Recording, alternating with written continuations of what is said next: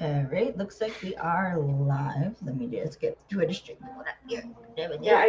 I just got the notification on Twitter that we're live, Yes, so it's all alright. working. Yay! Oh, alrighty. So far, so good. Yeah, so far so good. Alright. Hello everyone. Welcome to another episode of Films and Fandoms with Kaylee. Sorry, I'm trying to share the stream here. Give me a sec. Look, up and link. There we go. Oh, yeah. Yeah, so share it there. Sorry, I promise. I just need a He sec. did like zero announcing for the Sorry, so now I'm working on it. Shush, we're doing it. Okay, welcome to Films Fans with Kaylee. Once again, I am joined. Shut up. Shut up. Make me. Well, you're 15 seconds in and we're already going nuts. Well, Once again, it was kind of crazy. But then again, it's us. Crazy is literally just our normal. it is our normal. True. What are you gonna do with me for a week? In close contact, babe. Question is my family gonna be able to tolerate it? Yeah, good point. All right. I'm once again joined by Alex and Cameron, and today we're going to be talking Leverage, Season 1, Episode 10, The 12-Step Job. So before we actually get into this episode, I'd like to thank our parent company, napco.org, our electrical consultants, West PA Systems, and you can also support the podcast by buying a coffee on Ko-Fi, and it's Films and Fandoms. And I'd really appreciate it if you support the podcast. So a bit of an episode summary before we get into this episode. The team is tasked with taking down a banker who stole money from a charity. When they can't find the money, the team goes to rehab in hopes of getting the location of the money. Things take a turn when Nate goes to rehab, forcing him to confront his issues with alcoholism, leading the others to step up in his place. The director for this episode is Ron Hardy. What are you laughing at? Because. What wouldn't they be laughing at? The director Anyway. for this episode is Ron Hardy. The writers for this episode are John Rogers, Chris Downey, and Amy Berg. This episode aired on February 3rd, 2009. And this is the 11th episode on the DVD. This is orange soda. Okay, the reason why I was laughing earlier is because this is one of my favorite episodes, and I can't wait to get to a certain scene. Me too. There's gonna be a couple of scenes. Oh my god, no. Yeah, there's a Couples. few. There's a There few that are like I might geek out over. Okay, just fair warning. And One I of them apologize just if you played see through me my looking head. Damn it. at the Twitter stream. I may have fucked up yesterday, and when I was tweeting about the podcast, and Dean liked my tweet about the podcast. So And I immediately after I got the notification, I immediately scolded you on Twitter, didn't I? Yeah. One of these days, Dean is just gonna join us. Oh hell no! Babe, Oh, don't say that. Kaylee's gonna get like. Babe, we talked about this last night. You know he's going to eventually. Like that's just bound to happen at this point. We talked about this. He's either gonna join When us. he does, will. if and when he does that, I will probably either A, scream, or B, cry, or both. No, because here's what I'm thinking. Either while we're doing this and all in different locations, he jumps in and decides to join us, or we're in somewhere with the cast working on Leverage, because let's say we make it on like season 3 of Redemption or whatever, and we're all in one place, and he's just in the background. Oh my god. No, seriously, I've literally daydreamed about Dean like joining the stream. It'll happen. It's just a matter of how and when. And then like him like commenting, asking like if like he can join. And then he's actually like on the stream. Yep, it'll happen. It's just a matter of how and when. Oh god, I'd die. But should we actually get into this episode now before I embarrass myself any further? Because he'll probably Broke me. My brain can't brain anymore. Thank you very much, Kaylee. Sorry. Oh, just think, Dean'll probably watch this. Oh god. Well, I have the Twitter stream pulled up, so I guess we're about to find out. He never watches these live, right? I don't know. Watches it after. He watches it after. It doesn't matter. Live. I mean, no, we're live on Facebook, Twitter, however and many YouTube. other sites. Twitter, Twitch. Yeah, Twitter, Twitch, Facebook, and YouTube. Yeah, it's hard to keep track of the view count on all of those things at once. Well, I can. Because I'm host. But anyways, let's get into this episode. So we open up with our Mark, Jack Hurley, played by Drew Powell. Okay. And so Hurley's one of those characters you don't know whether you want to smack or hug. How about both? You know what? That's kind of fair, to be honest, when it comes to Hurley. But the opening music, I thought it was shipping up to Boston. It sounds like it a little bit, but then I listened closer and it's like, wait a minute, that's not it. Which actually, yeah, it's actually an original song. I think I remember hearing this in the audio commentary. They had asked the composer, Joseph Loduca, to compose basically an Irish punk drinking song. It's like, oh no! Hey, oh no! Mom, remember, Cam's non-binary. Just remember. Yep. No. Got it. Mother, ignore everything you are about to watch. But anyways, the music is called. This is not what I'm normally like. I swear I can be normal. This should not be your first impression of me. I'm sorry. Really? Actually, my mom told me she doesn't actually. Can you be normal? She just comments. Can you? Actually, none of us are normal. Very professional. True. We're all 20 pounds of crazy. In a 5-pound bag. Somebody help me. Sorry. You knew that was gonna happen. I knew.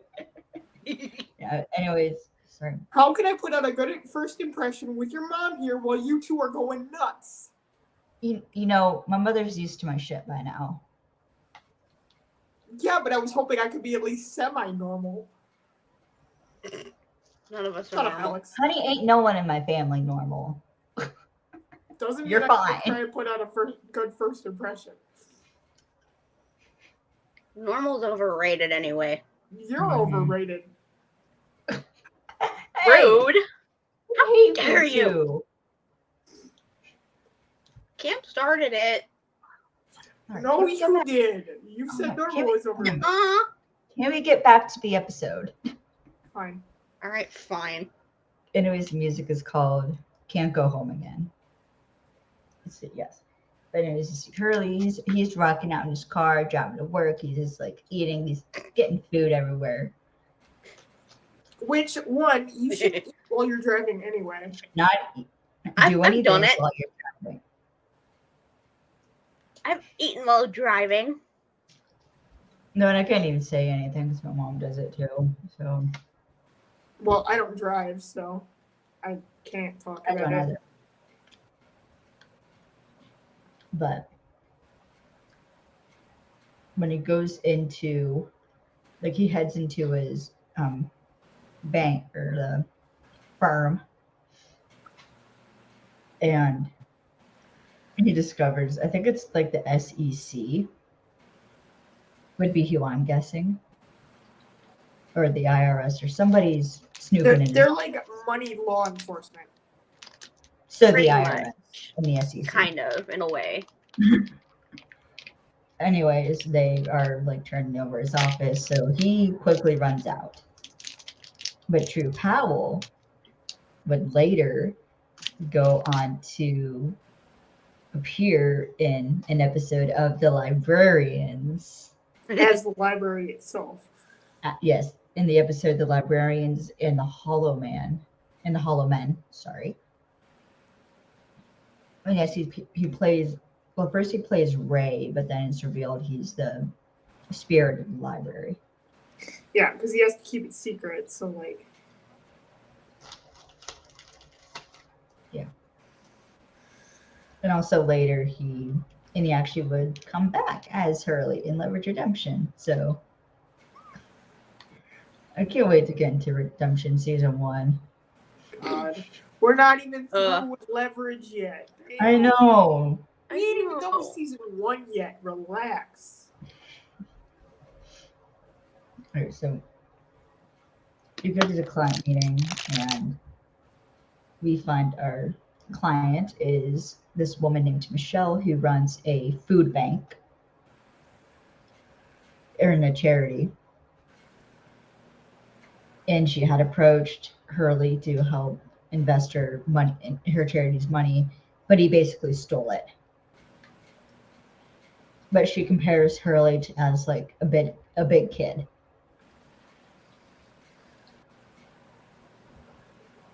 And basically she noticed things went wrong when some checks she wrote for the charity bounced. Which is never good. Yeah, which is never good. Yeah. And she's worried she's going to go to jail for losing all the donations. So, name of the game, get Michelle's money back and take down Jack Hurley. I love how we go from get the client's money back to Nate is in rehab. Basically, kind of, yeah, because like. True. Like, while they're on the job, you kind of forget what they're doing. Like, why they're doing it. Like, yeah, because usually with the twist, they're going after a whole different target than what they had originally envisioned. But what's interesting though is as like Nate walks Michelle out, Michelle asks Nate, like she points out how like, it's hard to trust people now after this whole incident, and she asks Nate why he does what he does. And Nate says, all Nate says is the same reason that she does. And they let it go there as she leaves. And I have more a bit on that later. Because that kind of ties into more dialogue that happens later in the episode. But also, Sophie catches that Nate is drinking out of a pop can, but he spiked it. Because she sniffs the can and smells the alcohol and calls him out on it. Like, it's a bit early for that, isn't it? And of course, yeah. Nate's just like, yeah, so what? Yeah, basically he like plays it off, but and it's like this Hurley guy could be halfway around the world already. Like, we got bigger issues. So now it's the briefing, and basically Elliot suggests, like, why can't she just sue the firm? And basically they wouldn't win. So now they got to find Jack Hurley because they got to use him to find the money. So Hardison gives like this rundown on Hurley, and also that Hurley's entirely off the grid. Honestly, was he seems kind of mad about that. Yeah. And yeah, but everyone's operating under the assumption that he basically liquidated the charity's money into cash, and it's burning a hole in his pocket. No. It'll burn in some tires, though. Yeah. As you found out. Well, no, I just realized, because in the episode Hurley comes back in Leverage Redemption, Elliot says about, once again has a line about like money burning a hole in your pocket. You're right.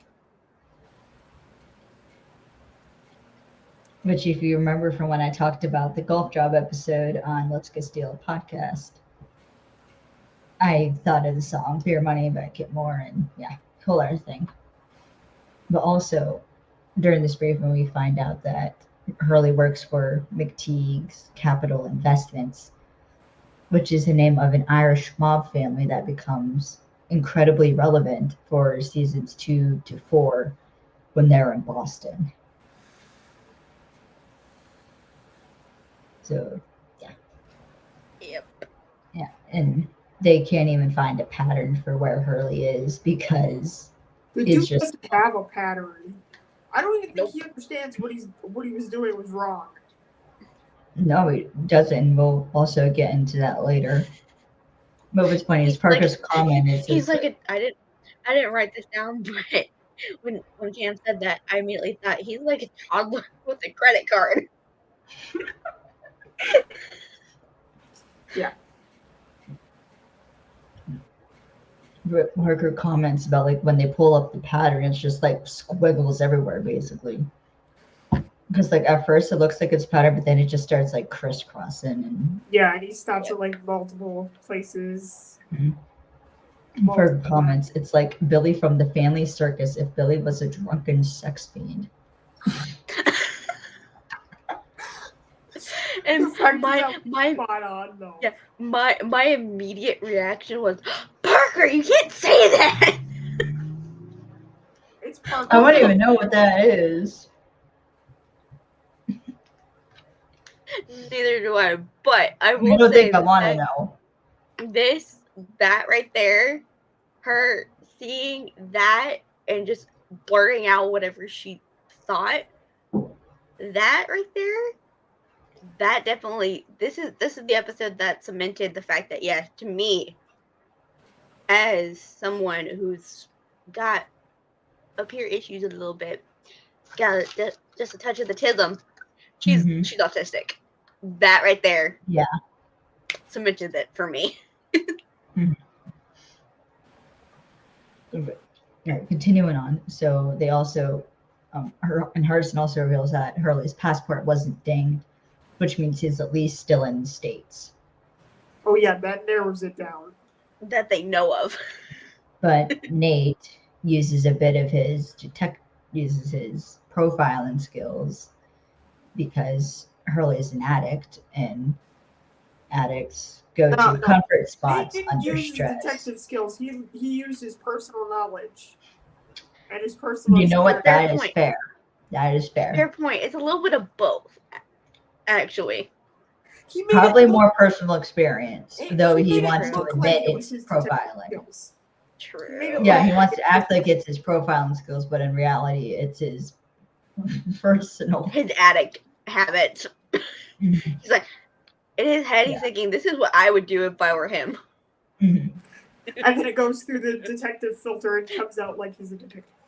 True. True. But and so Nate thinks that Hurley's going to be at one of his comfort spots as he's an addict under stress. So Nate has Parker go break into Hurley's condo, see if she can find any clues there. And Hardison and Elliot are checking out the strip joints. Of course they are. And him and Sophie are going to check out the retail stores. But before I get into this next bit, first I want to say that one of the names on the credit card statement is Hutton's Hangout. That completely went.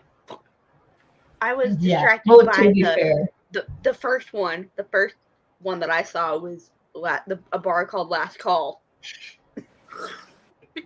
I've seen the episode so many times I didn't even pay attention to that.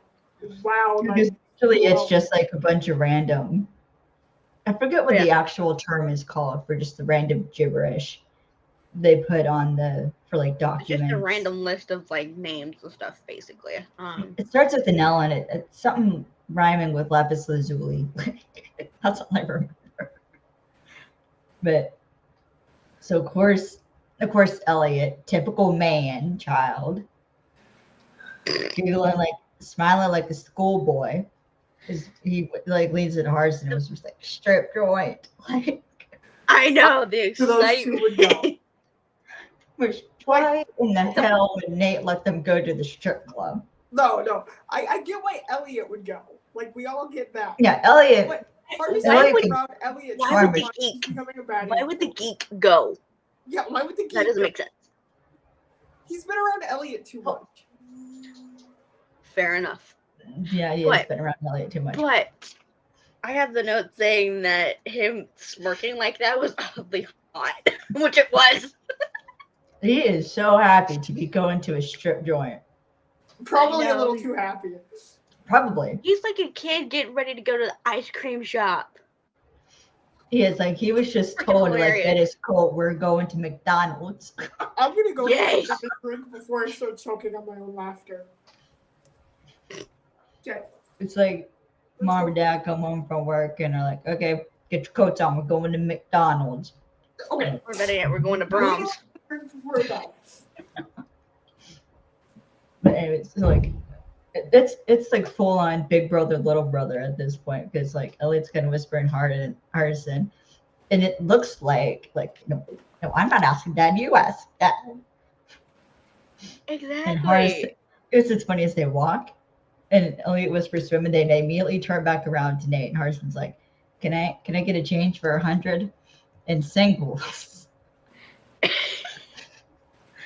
And just the dad look that he got from Nate It was was a full freaking on. hilarious. He was And just Nate's like, Wait, you think I have 100 singles on me? Like, get going. he's like, get your butt out of here.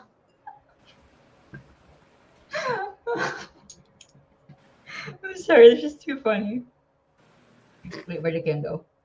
You know, You get it. my volume's high enough where I could hear you guys from my kitchen. Sorry. But, you know, they should have just asked Parker for the singles. She would have had them. I think Parker was long gone. I don't want to know where she got them. No, but she never puts her money in a bank. She never She uses never it. put her She money just in a loves bank. money. Fair, but So they I could don't have know where got she. I don't want to know where she got the money to begin with. She probably keeps it in that creepy warehouse of hers. Yeah, she probably does. But what's funny is True. as the boys leave, Ellie's just shaking his head. Like, way to go. Fucked it up. It's like, Okay, so I anyways, swear, I know what he was thinking. I know. We all know what he was thinking. It's a certain phrase that I love. rule number wait. No. It's the phrase that he always says, directed Alright. towards Henderson. Mm. He was thinking, Damn it, Hardison. yep, that's what he was thinking. He was like, damn it, Henderson, you blew it. How dare you? Honestly, with how many jobs they've done, why didn't they just stop at their own bank and get the money? Fair They don't enough. got time for that. I mean, look at how much they got paid for their first job. They all put it in a bank, and Elliot specifically makes the comment, "You think I'm going to tell two thieves where I keep my money?" Because it was like 32 True. billion or some shit like that. Yeah, they could have easily just stopped at the bank. Exactly, but they didn't. All right, so it was Hardison and Elliot arrive at bar number 12. The fact that Yeah, they I didn't see a get theme stuck here. at bar number 1 surprises me. And they comment on Hurley's taste in haunts. And it's funny, Elliot's like checking out a photo of Hurley, and Hardison just straight up dumps blue slushy I was in the floorboard. No, he had it I'm between his so knees and it pissed. fell forward and went everywhere. I thought he done purposefully that. did it. No, it was actually No, it was by accident. He like was moving to grab Oh. something and it fell off his lap. yeah. Oh. But anyways, Elliot's Harson's like, his reaction. no, because Harson's I like, was don't get mad, pissed. but I was spilled pissed. slushy in your car. And Elliot's like, that's 44 ounces, Hardison. Like the dang lid's fucking in the floorboard. It's running into the backseat. You're cleaning this up. And he's like hell I am. I ain't doing it. It's not my car. It's like, but your mess, you clean it up. Yeah. But then like Hardison like changes the subject because he spots Hurley. Elliot's still Walking- pissed. Elliot's like, no, Walking out. don't change the subject on me. Nurse like, no, that's our guy. Because it's Hurley walking out of the strip club. And there's a subtle At a look in bar. Elliot's eyes of. There's a subtle look in his eyes of like, oh shit, you're right. Yeah, because Hurley's walking out of the bar trying to give a set of keys to this woman and she's declining. And because you Pushing can't that- hear, Pushing the keys back into his hand. yeah. But you Forcibly, I can't, might add. you don't know what they're actually saying. So Hardison and Elliot are under the assumption that like Hurley's trying to force his keys onto like this poor girl. And Elliot comments like, that's usually the other way around. Oh, right. You wouldn't know about that. And the look on Hardison's face. Hardison is like, boy. Priceless. Just one of these. He's like, really? Like, I almost had it in me to wash this damn car. No, it's like, Almost. $10 says you can wash in this car. But then another car pulls up. 3 people get out. They immediately it's changed. Mexicans. Yeah. They immediately start threatening Hurley, and Elliot and Hardison get out. And Hardison's like, that's not how you exchange insurance information. Honestly, Hardison with this job is just a ton of sass. Sassy. I know. Yeah. He's Like, incredibly where did sassy. But I love it. come From? I love Where it. did I don't did know this if all the come sass, from? Where did it go after this episode? I don't know if he's extra sassy because Dad wouldn't give him change to go to the strip club. It's a little bit of both. But Or if he's just. But I don't know why when I was rewatching this episode when he said that's not how you exchange insurance information, I was like, yeah, no shit, Sherlock. Thanks for pointing out the obvious.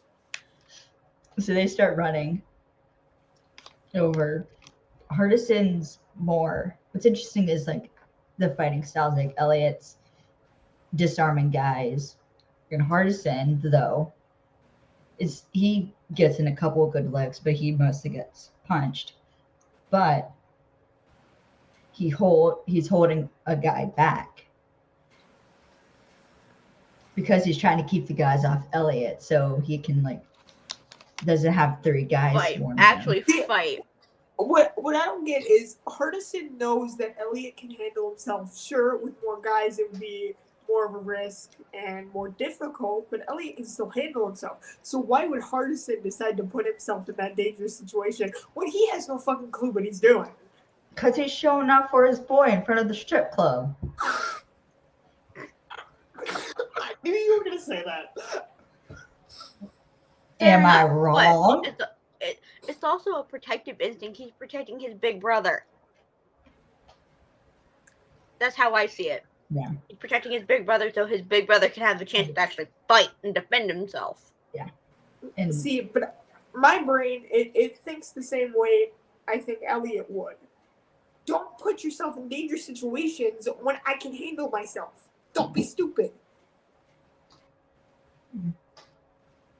yeah, I mean, it might be a bit of both, but it's funnier to both, go 'cause with it's the he's showing off. partisan. It's funnier to go with he's showing off for his boy in front of the strip club. I mean, given how much sass is in that episode, that's probably true. Just imagine being one of the people in the strip club looking out and seeing this fight going on. I would be the one, like, with my face pressed up against the glass, like, what's happening Yeah, next? you're just sitting Yeah, there like, ooh. I don't know why that Yep. just reminded me when I got into freaking work this morning. Like the doors were like open, but there's like freaking cops like in our parking garage, and there was like one of the security office or like one of our security people or asset protections people at the door. When it was a walk up, I was like, what the like in my head I was like, what the fuck is going on?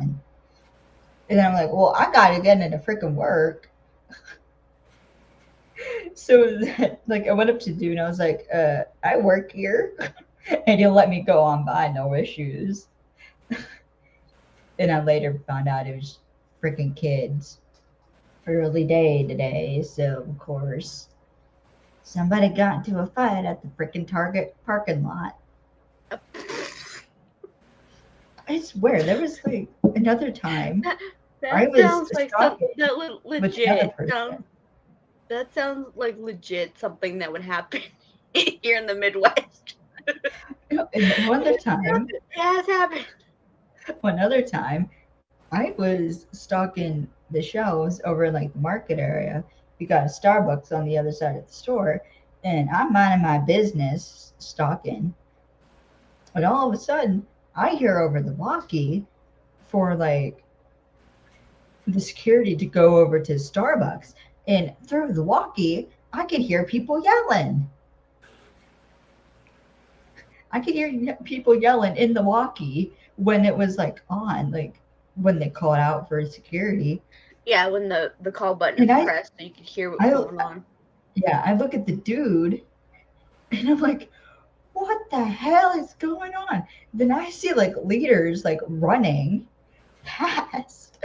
I'm like, what the fuck? So then like when I finally go on my break, I found out there's like some like two chicks fighting at Starbucks. And of course I tried finding out why they were fighting. Because as I've said before, you don't see women get in brawls for no good reason. Yeah, they don't like breaking their nails for no reason. Yes. If a woman gets into a fight, it's a damn good reason. Or at least they think it's a good reason. And it better be. Fair enough. And not over a man. If you're gonna fight somebody, it better be for a damn good reason. And you take it outside. Yeah, it could have been over a guy or money or both. Well, what's the motive for all crimes? Sex, jealousy, revenge. Money. And no, that's basically it. But anyways, carry on. Sorry. You realize that you just quoted one of Kane's house rules. Oh dear God.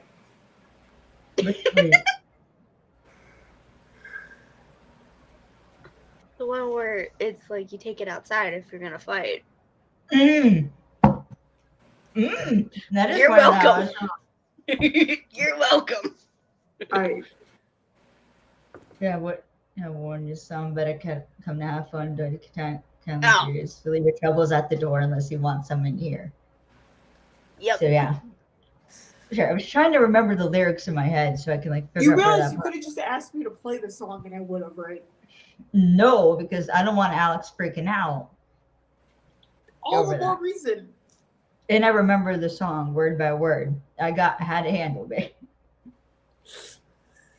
So, anyways, carry on. Sorry. You made me sad. I'm sorry. I'm sorry. I'm sorry. I'm sorry. I'm sorry. They're fine. So Hurley, while this fight's happening, Hurley gets in his car. He like pulls around, does like a U-turn, and drives right through them. So like they dive out of the way. And because they dove out of the way, Hardison gets a hold of one of the guns that the goons had because Elliot had discerned it and it was on the floor. So Hardison has like the gun pointed at like the goons, and Elliot immediately like gets in front of Hardison, like almost like he's like trying to keep Hardison at bay. You know, like whoa, whoa, whoa. And then Hardison, Yeah, and I noticed that the way that he's standing is fucking hilarious. Because he's kind of like this, and has one hand back, but he's like this. Like, his other hand kind of like down, like I'm different. He's got the gun to stay behind me. Yeah, he's like back up. Yeah, so Hardison shoots the car, and it's like right in between like that grill plate. Yeah, he shoots the engine block. He shoots the engine block, which he wasn't even aiming. It's funny as they're running away, because like obviously the goons ain't going nowhere, so they run away. And Hardison's like, it's like, nice job blowing up the engine block. And Hardison's like, I was aiming for his legs. And it's like, give me that. Give me that, Hardison. Like, give me the damn thing. Okay. But here's the thing. When Elliot takes the gun away from Hardison, I immediately flinch. Because I'm like, he's not keeping that barrel pointed down. That made me flinch. He's a professional. Even if he I thought he was holding it like, because Hardison had it. He had it like. And then Elliot grabs it. Elliot grabs it like this. Yeah, pulls it out of Hardison's hand. And I thought he was just holding it like this. Yeah, not keeping the barrel pointed down like you're supposed to. Oh, yeah, that's a good point. Yeah, but if your finger's not anywhere near the trigger, you don't have to keep the barrel down. It's just common sense to keep the barrel pointed down, away from you. Yeah, but that's if your finger's not anywhere near the trigger. Obviously, if you're near the trigger, you know to keep the barrel down. But if you're just holding it. Well, with some of these guns, you don't actually need to pull the trigger for like it to go off. Exactly. So that's what I mean. Yeah, but he could have. Idiots tend to do that. We got to remember that Elliot is. Well, and to be fair, Elliot was immediately going inside the car. Like 2 seconds, he's in the car. Yeah. But so apparently, so before we get into the next bit, apparently Christian was teaching Otis like this fight scene. And the crew like compared the relationship to Riggs and Murtaugh from Lethal Weapon, which is funny given that Clayne Crawford, who will meet in a couple episodes, played, which one was it? It was Murtaugh? I think so, yeah. Played Murtaugh on that TV show. And he ended up, I think he got killed off on that show. Yeah, I cried. I cried. Well, it was because Clayne wanted to leave. He wanted to do other things. There was some behind the scenes dispute between him and whoever ran the show. Yeah. And in the end, he just ended up leaving. Yeah, I heard something completely. I heard something completely different, but then again. Yeah, it was a mix of the two. It was like he wanted to leave, but also there's drama behind the scenes. Yeah. There was a ton of drama behind the scenes. Yeah, I'm not going to get into what all that was. But yeah, Clayne is I'm sure you can An find an amazing guy. example about it. But yeah, and what's also that's the actual actors diving out of the way of the car, which gave Dean a heart attack when he found out. They're trying to scare Dad. Is what happened basically. Hmm. So anyways, But I mean, CK doesn't get the nickname "fucking Oklahoma" for no reason. it's only 14 feet. Only. What the hell, man? Oh my god. Okay, so carrying on. So they track Hurley down, and he crashed the car into a pool, Of course he did. and he's passed the fuck out, or Face on the sleep, steering wheel. or sleep. He's out, Yep. and what's funny is Sophie's like, "Is he sleeping?" No, it's like, I think it's hers or somebody suggests that like Hurley has a concussion. No, Ellie's it's like, like, no, I've had concussions. You don't snore. Okay, but how do you fall asleep at the wheel after a car crash? Like, don't car crashes spike your adrenaline? How do you fall asleep when you're busting with adrenaline? Well, to be fair, Hurley was not sober. Yeah, that could have slowed the adrenaline through his system. So yeah, you could crash. You could pass out.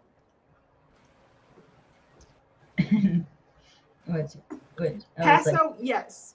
Pass out and snore? I don't think that's how that works. Yeah. I mean, it could be possible. I don't know. It's happened before. No, see, this is why my mother needed to join so I could ask her. I could just look it up. Yeah, that's true too. All right.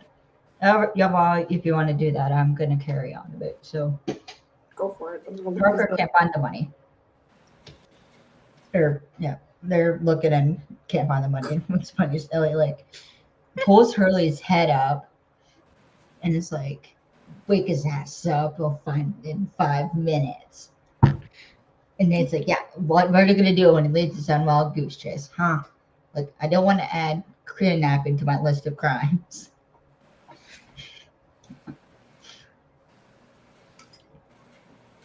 And Nate decides they're going to run a game. But cops are closing in, and as Sophie points out, in like 5 minutes, he's going to be in county lockup. So they can still access Hurley. Nate decides that Hurley's going to lock himself up.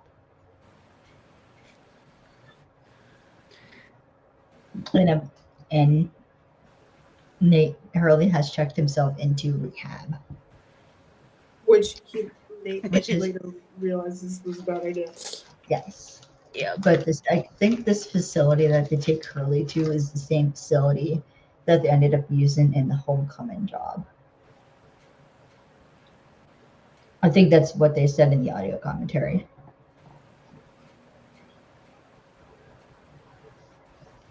Awesome. Yeah.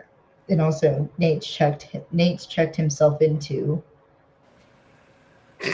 Sophie's checked in as a therapist, and as like Sophie's getting a tour. Okay, whose idea was it for Sophie to be the therapist? Obviously, we all know that that's the best idea. But do you think Nate sat there like, oh, fuck, here we go.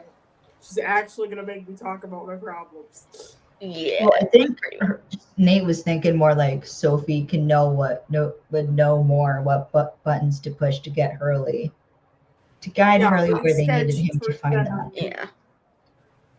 I mean, it makes sense. And also, he knows he needs. The atheist that Nate's checked in under. That's because you find out that Nate's checked in under Tom Baker,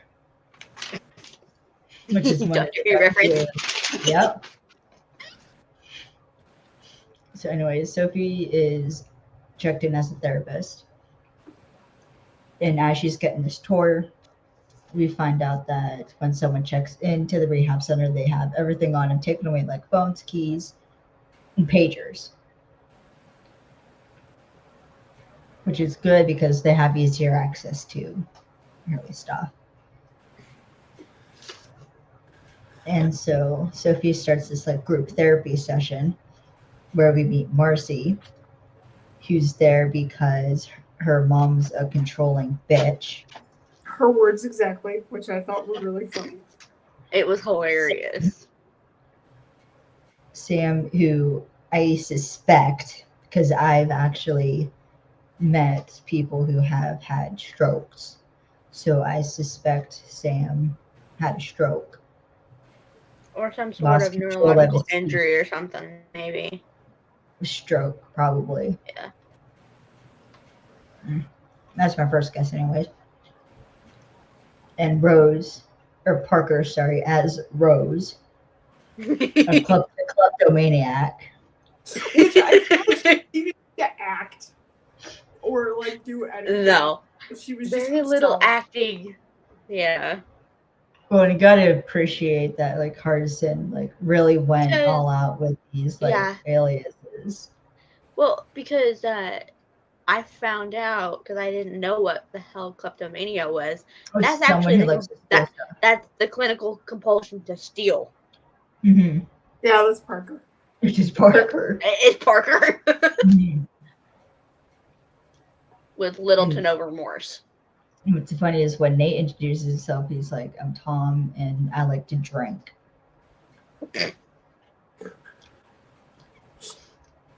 And Jack, or Hurley, who says he's an alcoholic and he lists all these other addictions like gambling, Tacos. tacos, yes. Gambling, tacos. Okay, but who doesn't like tacos? I love tacos. I do too. You were gonna say you're addicted to tacos. And also Hurley's What? like compulsive Not? Yeah, you were. I heard the. Hey, I saw you tweet a freaking picture of your tacos and tag Drew Powell Okay, in it. I did it twice. I know you did it. And he responded the one time. Yeah, and it was me dressed up as Elliot fucking Spencer with this bandana on and tacos. And I'm like, eating tacos dressed up as Elliot Spencer, and then I tweeted him, and he retweeted it. It's like, Hurley approves. I'm like, I'm on the floor. Oh, yeah, you should have seen the text I got. Yeah, I was panicking, wasn't I? Mm-hmm. But, like, as Hurley, continuing on, so, like, as we hear Hurley talking, he seemed like he got a bit of a kick in the ass. Like, got, He like, got a the wake-up thought that call. like, he's somehow checked into rehab without remembering that he checked into rehab. Like, My question throughout this whole thing was, how the hell did the team get him into rehab? Magic. Because isn't the like protocol to like, because Harley was knocked out, so it's not like he could have actually checked himself in.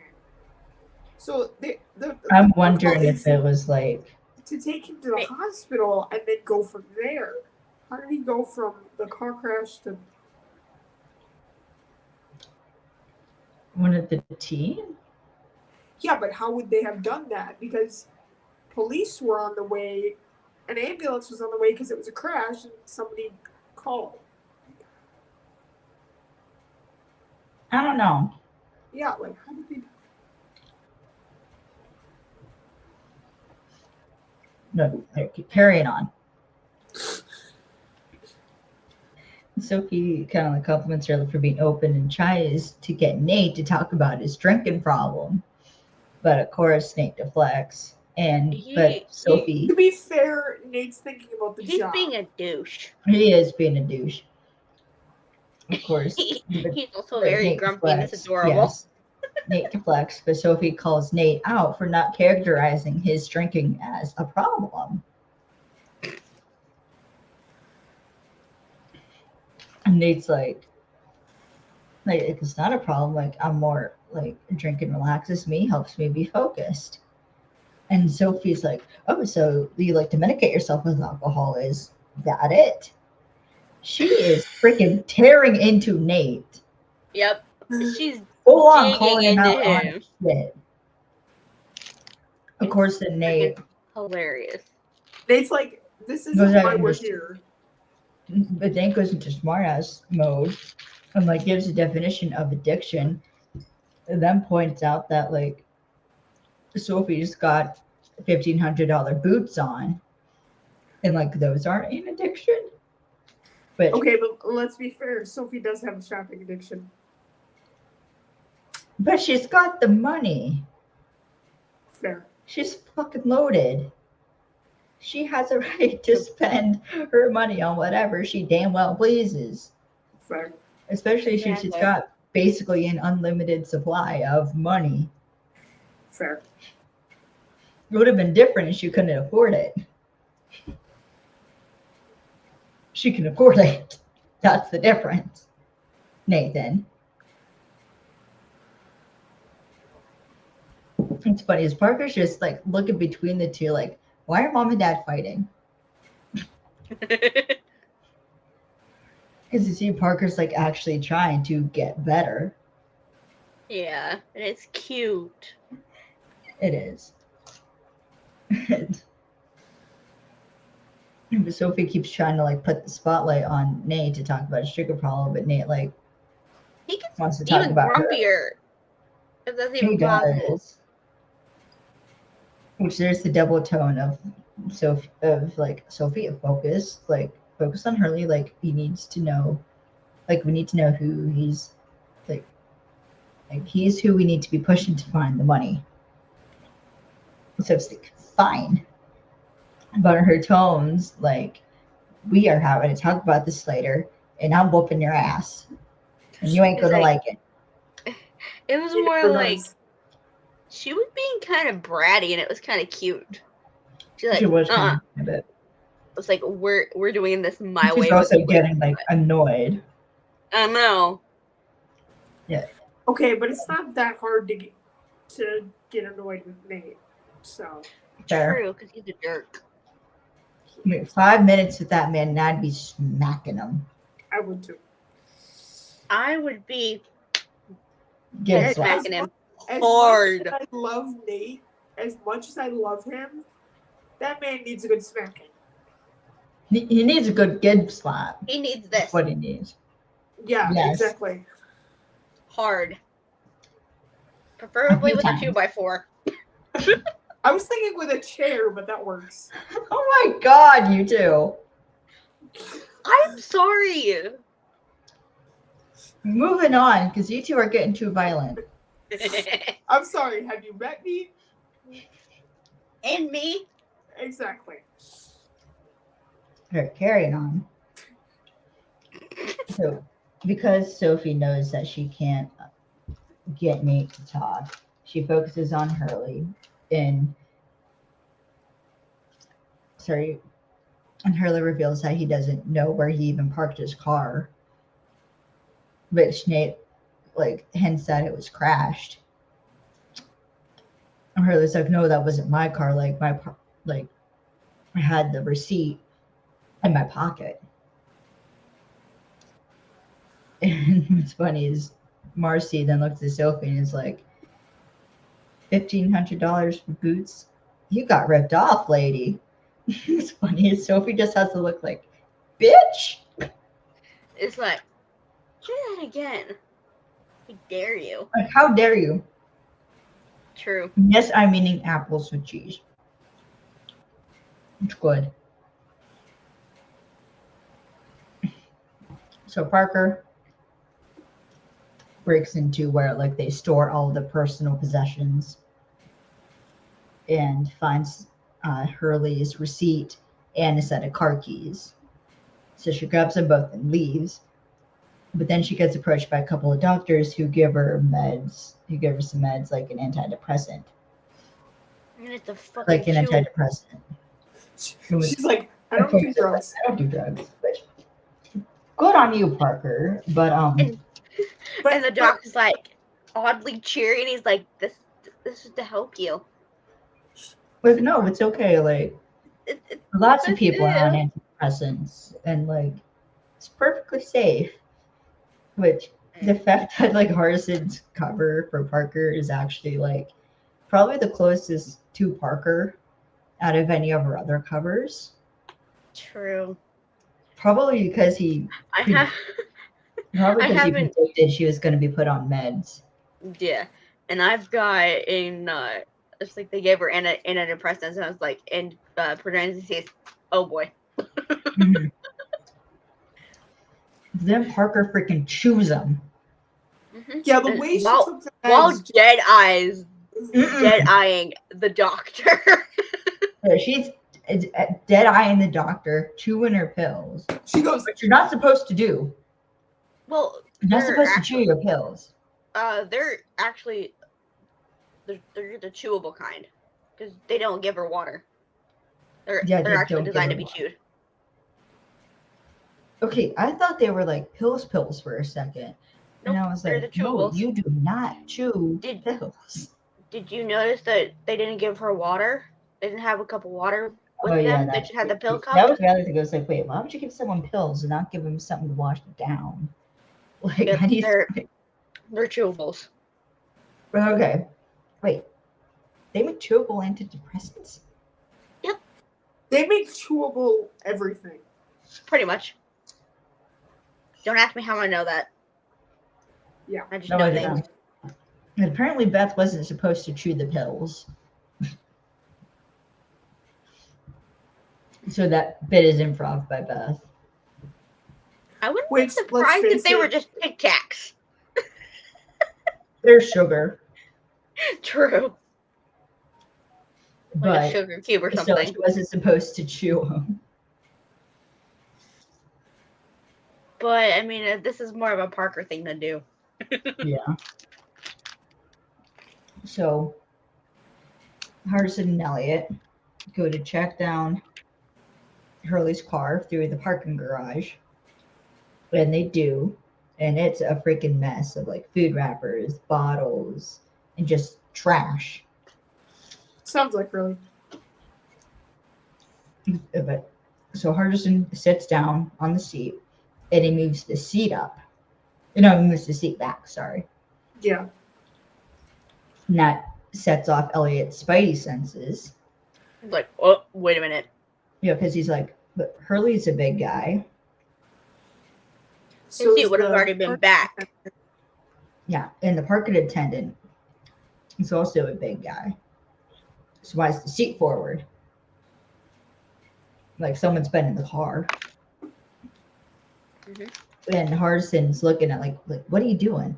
Because then Elliot gets underneath the car and he finds that there's a bomb. And he looks underneath up the and he's like, car. Well, fuck. And Elliot gets up and immediately is pale. mm-hmm. He's like, And well, there's I haven't there's had a bomb. experience in a bomb in a couple of years. Like, there's a bomb and That works. Hardison's full on panic and he's trying to leave it out. It's like no, like stay calm. Like it's pressure activated. Chill. Yeah, and when Hardison tries to like lean out of the car, Elliot pushes him back by his chest. Yeah, He's like, because he you saw stay the put. wires going into the pressure. Yeah, he's or like, you stay put.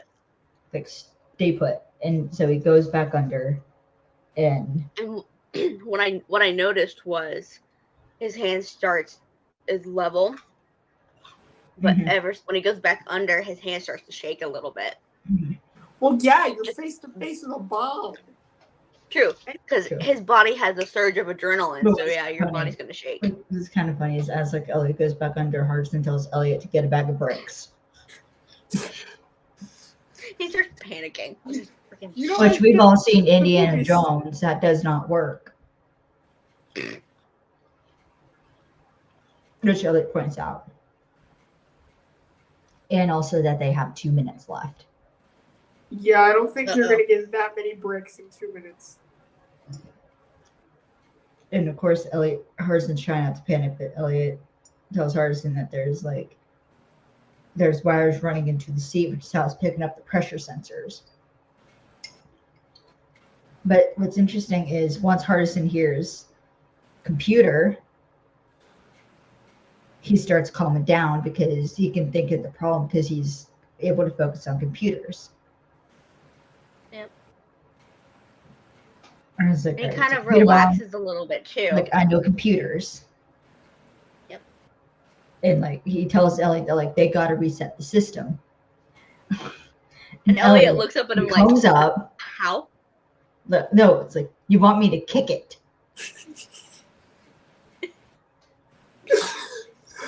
Mr. Punchy's first reaction is to kick something. Which, no, you dumbass. You don't kick the fucking bomb. I don't give a shit if it's plastic explosives. You don't hit the bomb. Don't kick the bomb. Okay, but imagine Supernatural reference just popped into my head. Wait, what? Can I poke her with a stick? No, don't poke her with a stick.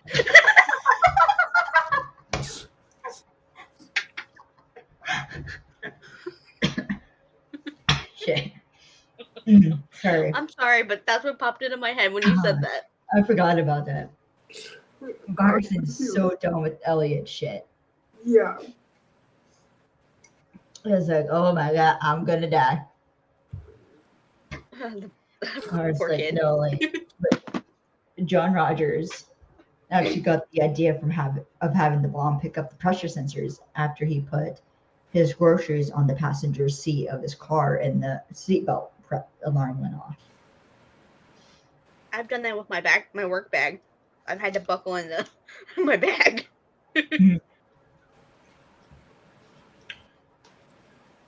This is why you always check your card before you get in. True. I mean, I'm not talking that some random person's gonna put a bomb in your car, but like, check for somebody in the back seat. Mm-hmm. That way you don't get the shit scared out of you. Yes. There. So continuing on. So Hardison has Elliot check under the hood and tell him how it's connected to the electrical system. And Elliot does, and he kind of like licks his lips a bit. nervous much? Now it's Elliot getting nervous. When and Elliot Hardison's gets the one nervous, that's you know focused. you're fucked. Yep. Yeah. Well, he's trying Because to that's another figure out thing how to get out of your mouth this. looks dry. So that's why he's licking his lips, because his mouth is dry. Yeah, that's what happens when you get nervous. Okay, sorry. Should not be drinking orange soda right. Anyways. Elliot points and says, like, there's a lot of wire, like, man, there's a lot of wires in here. And Harson's like, it's a computer. The way he says computer, just like, well, duh. Yeah. It was the tone of, yeah, no shit, Sherlock. Yeah. So Hardison like gets out a multi-tool, reminds himself to breathe, and tells Elliot that like he's got to yank the wires at the same time. He'll reboot the system as he's like stripping the wires, like he's gonna hotwire the car. And the cool thing is that he's got little baby pliers. They're so cute. He does. It's part of the multi-tool. I know. love multi-tools. I have one. I think I might have the Swiss Army knife somewhere. I've got a multi-tool that I have in my work bag for reasons.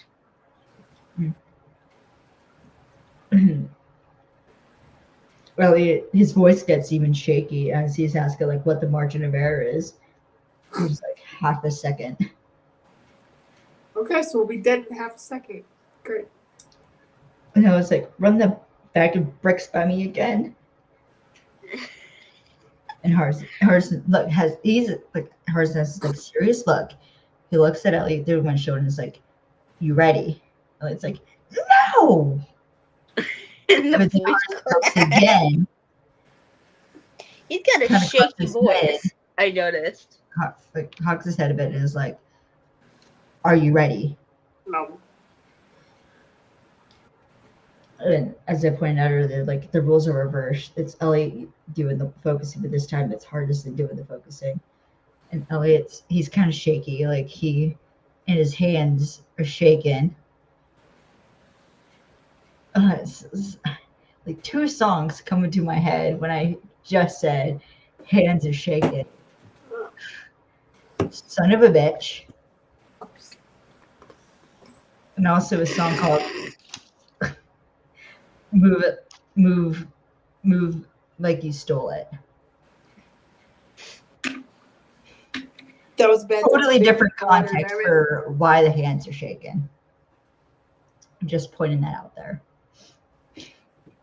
One's because actually one's kind of relevant for this episode, and that's going through withdrawals. You know, hands shaking. Someone buy me a goddamn drink. And another one. I see your hands start shaking when I see your hands start trembling, or it's trembling. Hands start trembling when I touch you there. So you can fill in the blanks. The first one is legit. Sorry. Yes. Carry on. I'm doing like 4 things at once because they can't stay focused. Alright, so yeah, he grips the wire, and I really like this moment because it shows how much the relationship of Elliot and Hardison has grown. Because Elliot is genuinely concerned about Hardison's safety at this moment, and it's usually Elliot the one to stop Hardison spiraling, but this time it's Hardison stopping Elliot from spiraling. So I just find that really interesting in the Elliot Hardison bromance.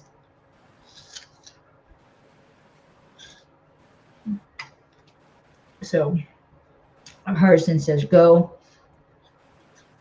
He puts the wires together as Elliot yanks out the wires and the bomb. And no boom. And Hardison also runs out of the car and like he pats himself down too. Make sure that he's still alive. I'm alive. Like I'm good. Like did I throw my drawers? No. Okay. We good. Okay, we good. And he's celebrating as Elliot like gets right to work, taking the bomb off the car. And goes to search the car, and Hardison's like, nope, like I'm gonna go freshen up, like maybe cry a little. Like, boy, just sat on a bomb, Elliot. Give him a minute to change his drawers. But before Hardison can even do anything, a black SUV pulls up and a white SUV pulled up. Old friends, the Mexicans from earlier, and new friends, Koreans, and they both want their money. And immediately, both of them draw guns on Elliot and Hardison.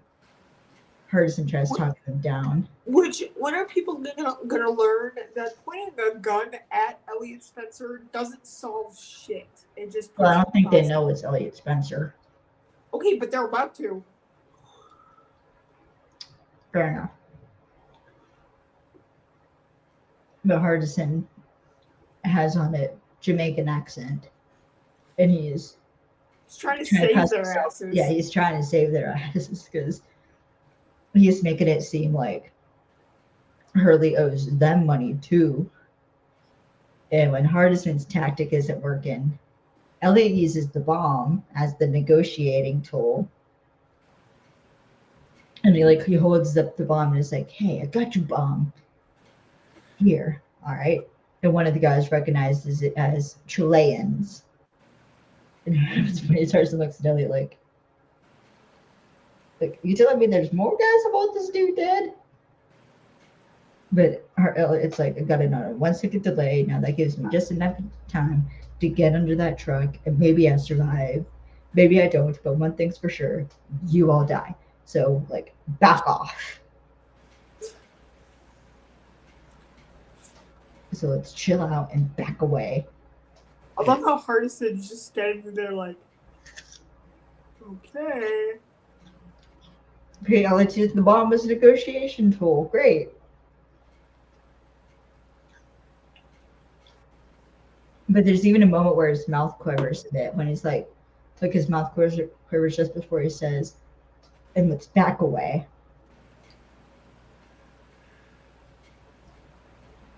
And it works, and they all leave.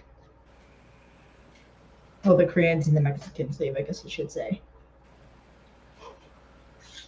What's funny is Hart's like, hey Elliot, when you said you were you were planning on taking me with you under the truck, right? And I was like, yeah. Like, of course I was. But his tone said otherwise as Hart tells him to stop playing.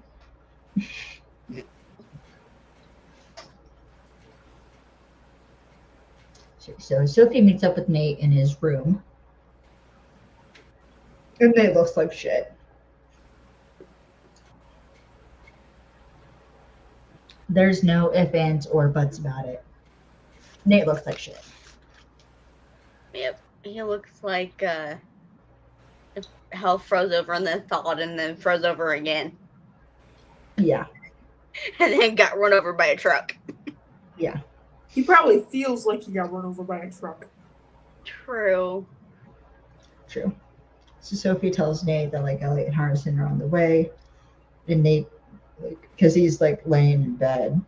And Sophie has basically woken him up. But Nate goes to like stand up. And he like collapses into Sophie. And like she like realizes he's shaking. He's going through his own withdrawal. Mm-hmm. Which makes me wonder how much he actually drinks during the day. Because we don't see him drink that much. Whoa. And this is evidence that we're it's not probably seeing a what lot. happens before.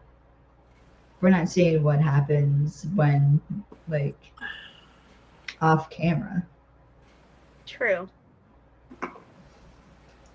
And the freaking nickname that he uses with her. Yeah, because God. he calls her Soph. That's cute. That Nate passes like his shaking off as like they got the air conditioning high. Which they probably do because those places are super cold. But Sophie's like, you haven't had a drink in 48 hours and you're going through withdrawal. And of course Sophie's like, of course Nate's like fake, like he's like, no, Sophie, I'm not actually in rehab, pretending. And it's funny, Sophie looks like, I know you didn't just fucking lie to me, but she's like, well, congratulations, you've got me fooled. Obviously, she ain't fooled.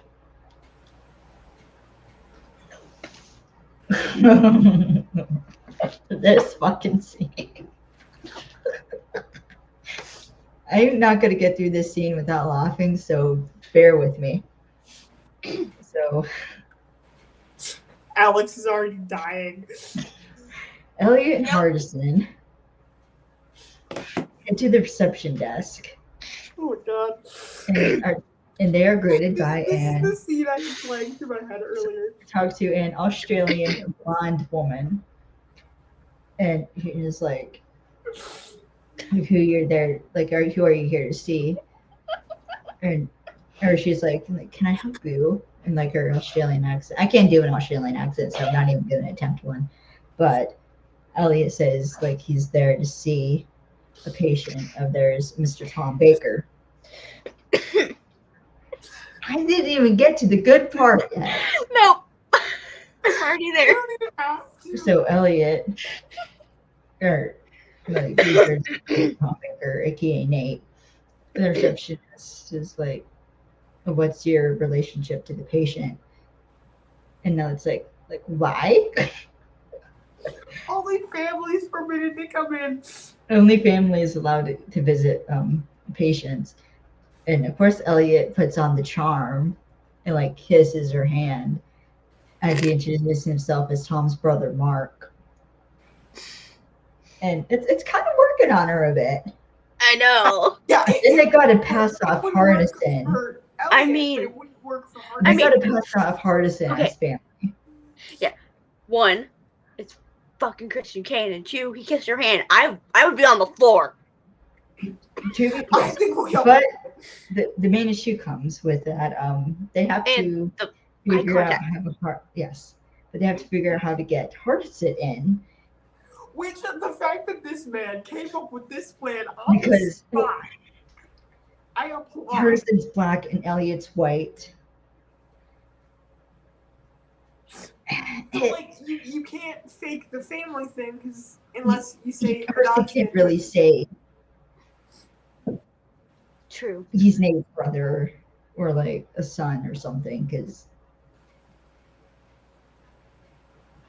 it's just not. That's not the easiest. Or that's just not. It wouldn't work. It wouldn't really work. It would raise too many questions. It would raise too many questions that Hardison doesn't have prepared beforehand, probably. So, Hardison. That's why I absolutely love this plan that he did. Granted, I died Hardison laughing every single time, but pretends that he's like, I'm with him, and the receptionist is like, oh, so you're a friend of it? Harrison's like, no, I'm with him. So then Hardison switches into the stereotypical like feminine gay man voice, which we don't like stereotyping. We don't like the stereo. He does the To be voice, fair, and it's Hardison pretty does cute. play stereotypes often. So it does make sense that Hardison would do that and play into the confirmation bias that the receptionist has of what a gay person sounds like. Which not every gay guy sounds like that. I'm gay myself and I don't sound like that. But to be fair, I'm also a gay woman. So, but he's grabbing Elliot's arm. What's funny is you can see the moment when Hardison. The look on Elliot's it's like face when is I think it's when Hardison grabs Elliot's arm to like pull him close to him, or Elliot's eyes get wide. Yeah, it's like as soon as he puts his hand right here, he like His eyes get wide. He's like, yeah, and his 'cause face that's even pales a little combination. bit. It's a combination of what the actual fuck Hardison And you, oh shit, and kill me now. And kill me now. True, mixed in with a little bit of oh shit, not again. Because Hardison's trying to play off Elliot's acting, or Elliot's flirting earlier. So technically he's passing off Elliot as a bisexual man. Which, again, we don't like this. We don't like the stereotyping of a feminine voice for a gay man. But Elliot's face.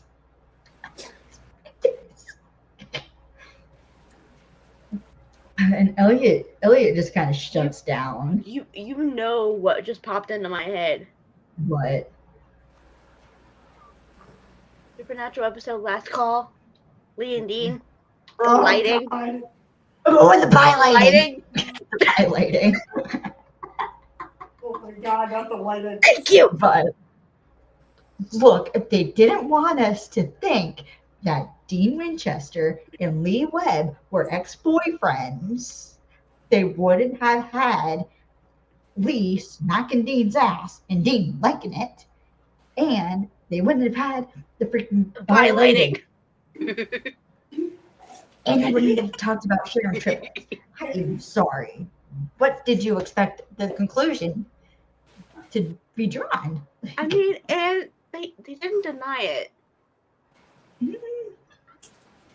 They didn't deny it. Oh, I've seen. Someone send me any good Lee and Dean fix. Same. Babe, Like, you For realize you reasons. just said out loud to a live that Christian might see, right? at this I don't point, give I a don't fuck. care. I don't care I don't anymore. care. I don't care. I've anymore. already said too much about myself. There's no point stopping now. True. But so, anyways, during the scene, You Elliot can just is. block us for all I care. But at this point, Elliot's like he's frozen, and probably like probably a bit of eye panic. He's got the deer in the headlights, fear in his eyes. I can see it. Yes. It's What's very funny is subtle, Hardison has to pull Elliot like, bring your ass. It's like I am going to hurt you in From- so many it was ways. funny. It's just funny, like the whole like bring your ass bit. Because remember in the office job? Wait, no, because that's the phrase. It's when Parker's being harassed by that creepy filmmaker, Mm-hmm. and like the filmmaker's like, "Oh, what are we going to do with her?" And or like they're both like, "Come on," and then they both yell, "Bring your ass!"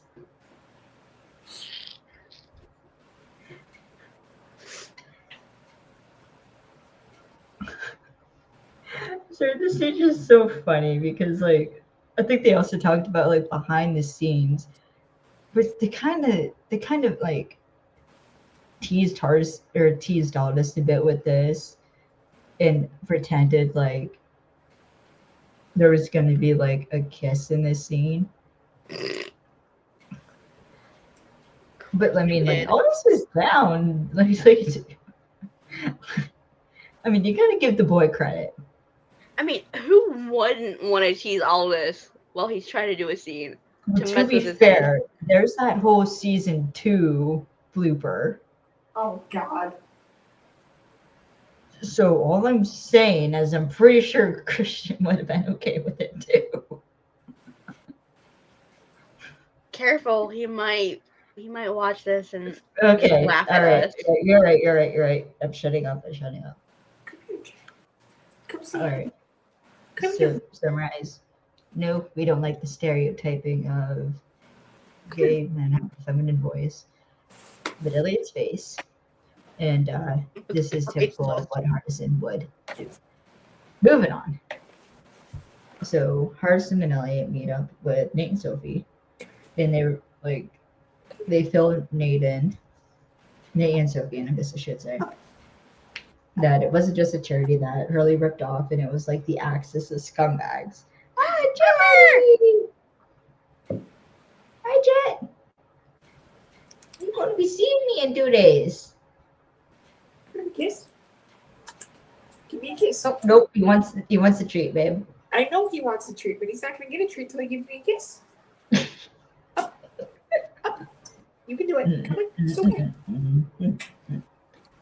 Jetty! Thank you. Oh boy. Yeah, close enough. Nope.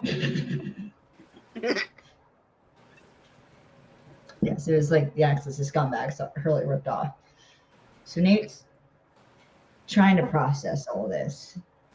He's just like, well, North Korea is a counterfeiting center, so he's assuming they're using Hurley's company to launder their dirty money. And Elliot explains that like the other group, the Mexicans, sounded like they were from the Osaka. I think that's how you say it. Osaka region. And probably a Sicario or a hitman for the drug cartels. So Nate's struggling, like he can't even think clearly anymore. Well, yeah, at this he's going through withdrawal. Your whole system is. And he points out like, well, the only person he knows where the money is a compulsive liar. So, but he even has to like step away because he can't like focus. Yeah. And even Hardison and Elliot have like a bit of a look on their faces, like what the fuck is up with Dad?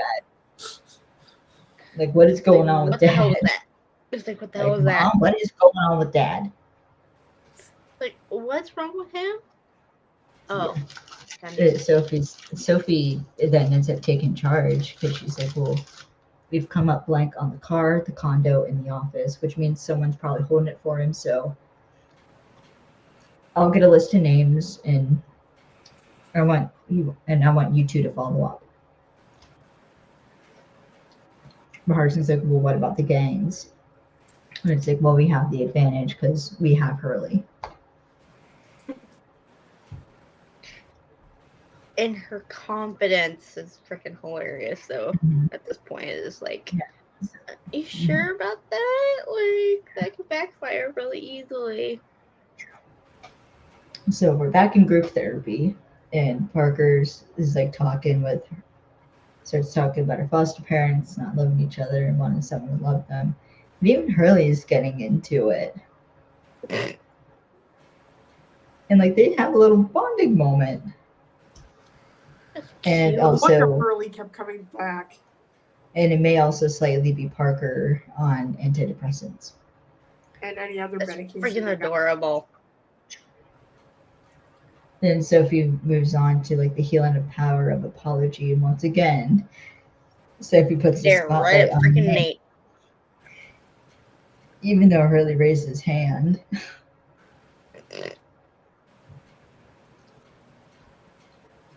And Sophie asks Nate, like, who do you think you might have hurt with your drinking? And of course, Nate tries like deflecting, putting the spotlight back on Hurley, like saying he like raised his hand. But Sophie just gives him a look like, you're not getting out of this. You're either gonna answer it here or when Like, you're either answering this here or when the job's done. Yeah. Dealer's choice. I'd rather answer it in therapy. That way I could like play it off. Yeah, and that's what Nate does. Is he's like, okay, like I don't think I need to apologize for drinking, and maybe I need to apologize for not drinking. Maybe I'm a bigger bastard sober. Debatable. Fair enough. Sophie's then like, I'm disappointed in you, Tom. Like, I thought you set a better example for Jack. And then like, which is able to use that to pivot to get Hurley. It was funny. She says like maybe like Hurley has some people he'd like to apologize to, people who've had to shoulder some of his responsibilities, and maybe he burned them in some way. But the whole time she's looking right at Nate. Like, this is about you, not Hurley. Yeah. And of course, Sophia's referencing all the times Nate's gone off the rails, put the team at risk, which has forced both her and the trio to step up. And when it's also kind of like what's happening in this episode, Nate doesn't got his shit together, which means Sophie and the others have to step up. So yeah, and then Sophie gives her like notepad and tells them write down the names and call them to apologize and relieve them of their burdens. And Sophie gives Nate such a dirty look when he leaves. There's also a deleted scene of Parker asking for a pencil. Like, this is actually working. Like, she wants to apologize to people. Okay, but who would she apologize to? Everybody she knows is either in the room with her or on comms. Fair enough. Probably. I'm assuming it's probably like people from like. Well, wait a minute. It would be like her foster family. Probably be like foster families. Oh, you mean the family that she blew their house up? I mean, maybe. Hello, yeah, I'm sorry, I blew your house up to get my buddy back. Yeah, okay, yep. Oh my god. Okay, so. I love how you knew exactly who I was talking about. I mean, I'm sure there was more too, but Obviously. Yeah. it's the idea that like Parker's actually getting help. So, alright, so Hudson and Elliot go back to bar 12 and talk with the waitress who Hurley was giving his keys to. And they find out that Hurley had bought her a car because hers broke down and he was just trying to convince her to take it. Which, but either way, the way the boys saw it and the way that it actually happened. I mean, to be fair, Hurley was drunk. So, stumbling makes sense. Yeah, fair enough. Which to somebody on the outside would look like trying to like force the keys on someone. What's funny is the look on Hudson and Elliot's face is like they're looking at each other. And it's like the math ain't mathin'. Okay, but does it ever with any of these jobs?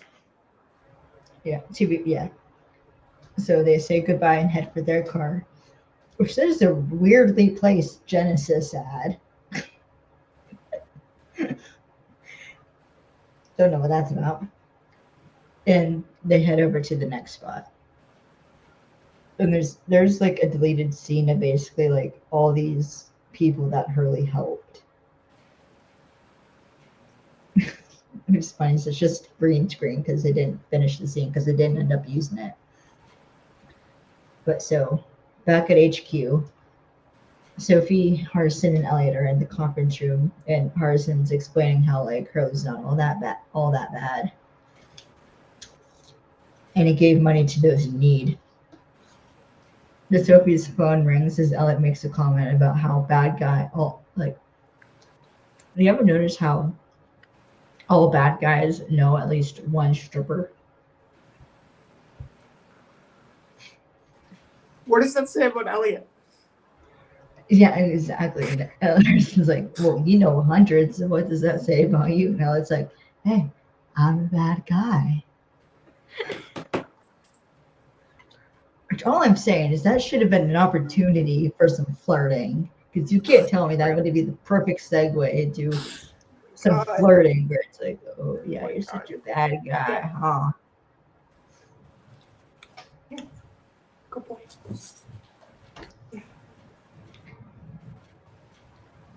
But Sophie then leaves because she's done with her phone call, and of course Harrison and Elliot are like what's going on?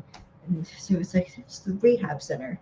He's gone off the rail. He tried going over the wall. And so then she goes back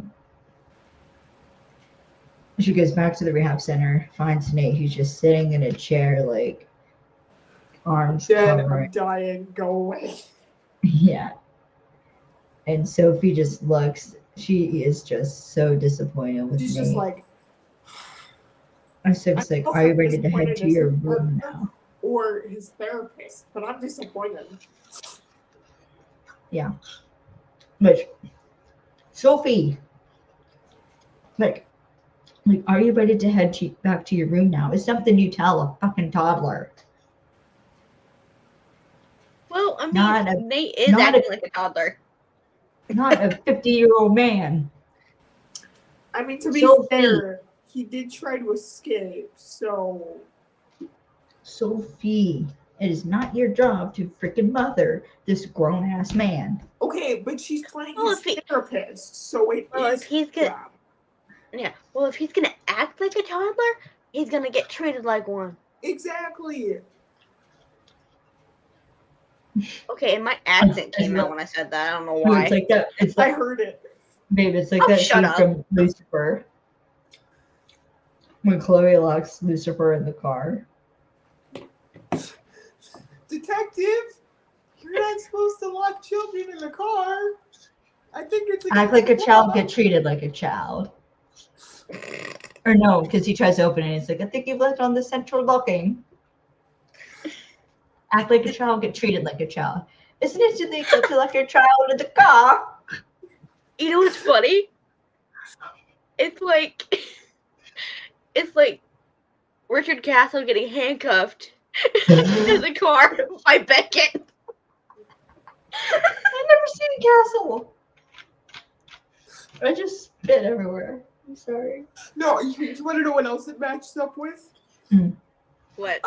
Rowena leaving notes in the car for Dean as he's losing his memory to tell him to stay in the car. Oh. No touchy. Stay in the car. No touching. All right, so Sophie takes Nate back to his room, and we see that Hurley's on the phone with, I think her name's Pam from The Office. And then we also see that the Koreans are now at his office. And now they've just figured out which rehab center Hurley's at. Oh, brother. So shit's heading towards the fan. Yeah. So back in Nate's room. He is not doing well at all. And he's even snapping at Sophie, too.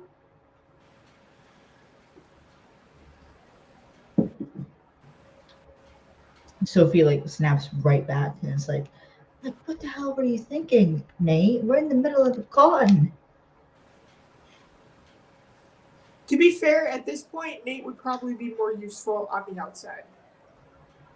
Probably. But Nate tries, like, getting Sophie to tell him about Hurley. Sophie's like, no, Nate, we need to talk about this. And Nate's like, no, you don't want to talk about this. Like, I'm fine. Like, just read me in. So it's like, Nate, you have a problem. Nate's like, Sophie, you really want to help me? Then, like, give me something to do.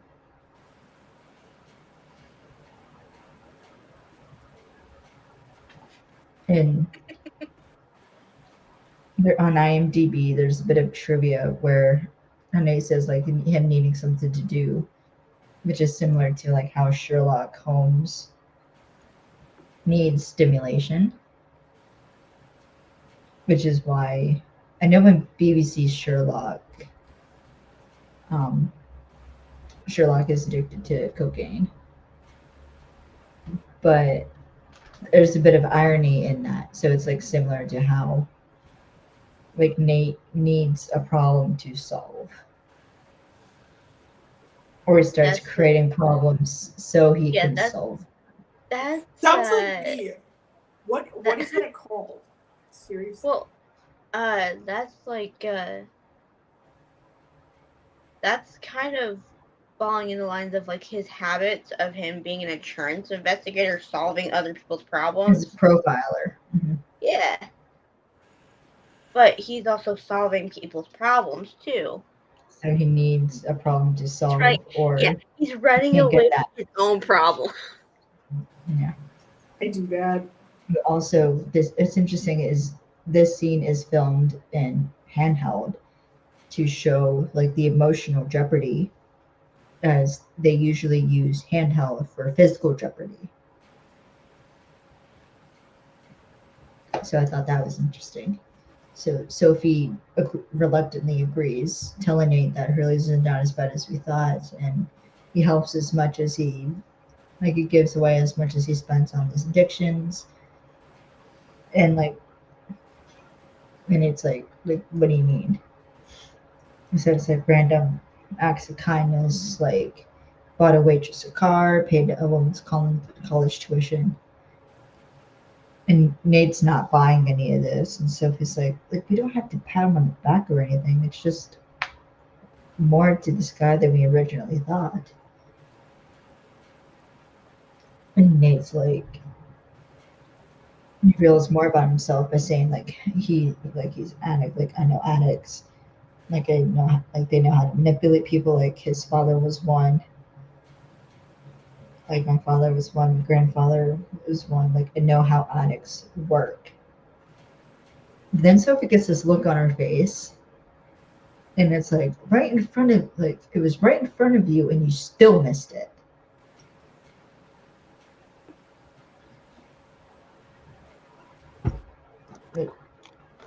Like that was the point.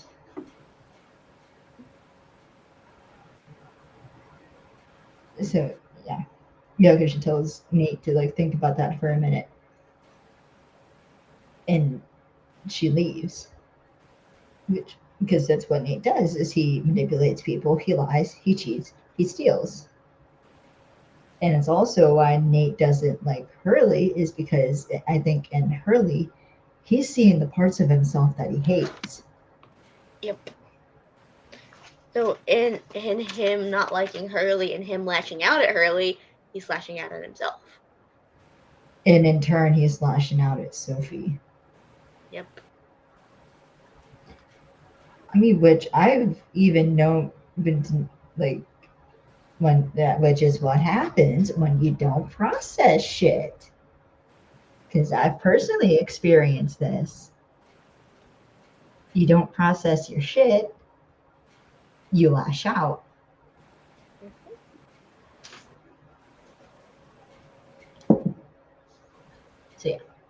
So Oh, then, and Nate's starting to hallucinate.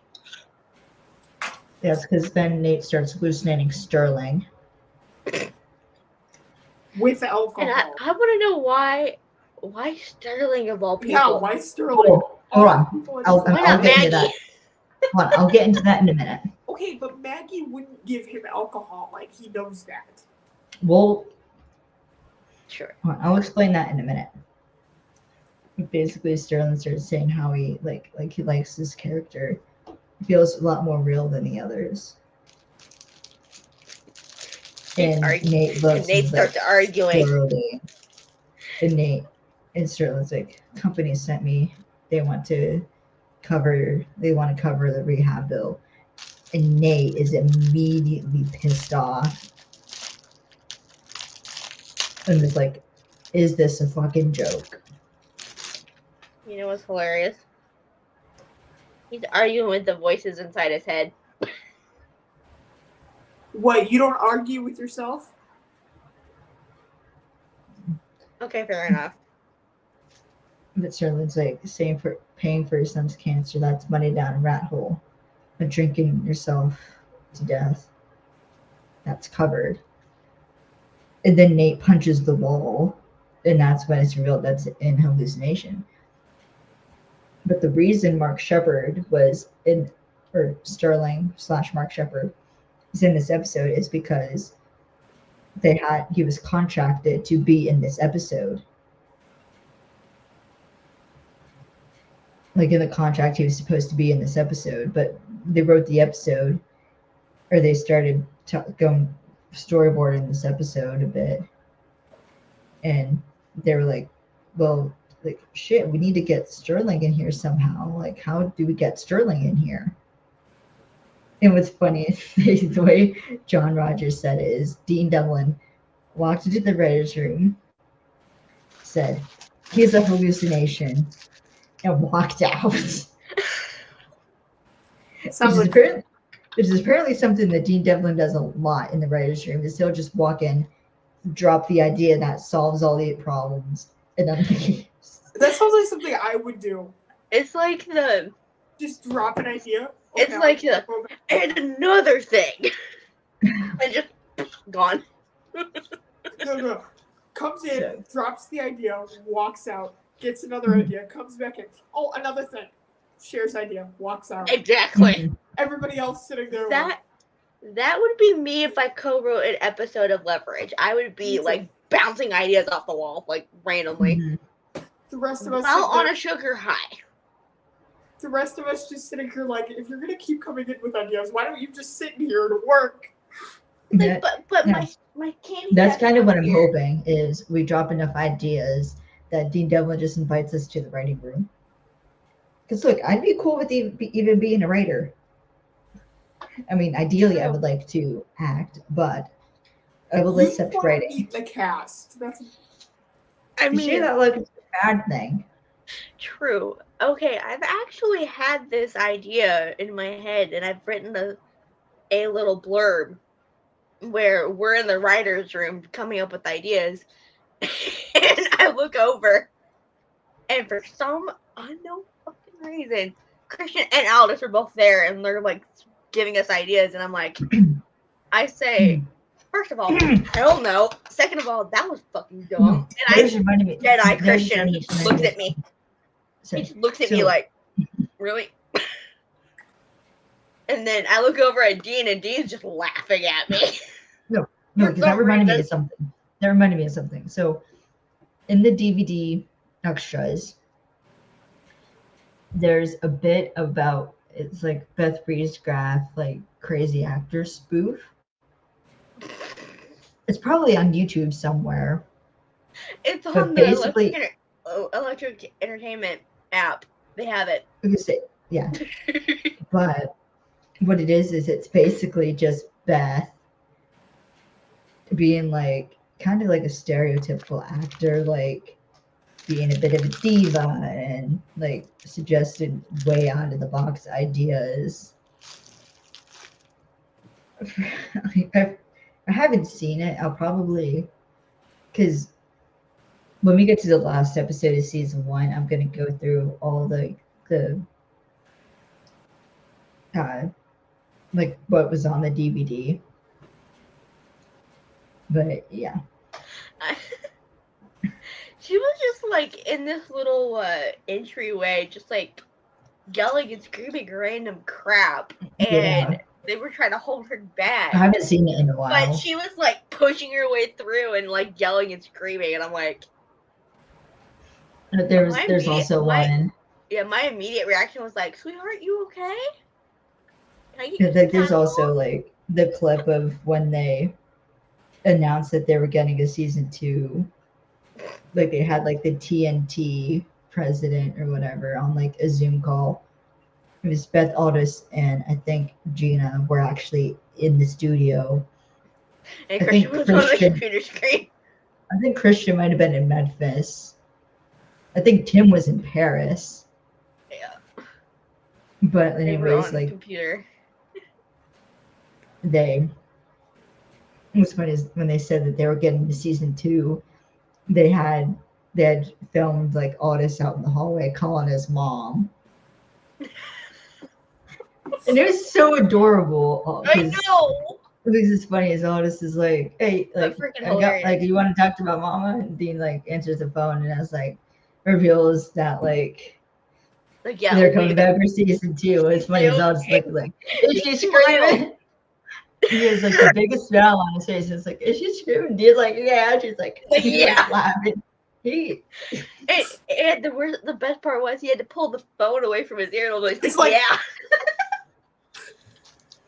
And then it pans to the projection screen and Christian's just laughing his ass off. And he is. Because he was saying how now like he was. Now I want to watch that again. I know. I need to watch that again. But actually, continuing on.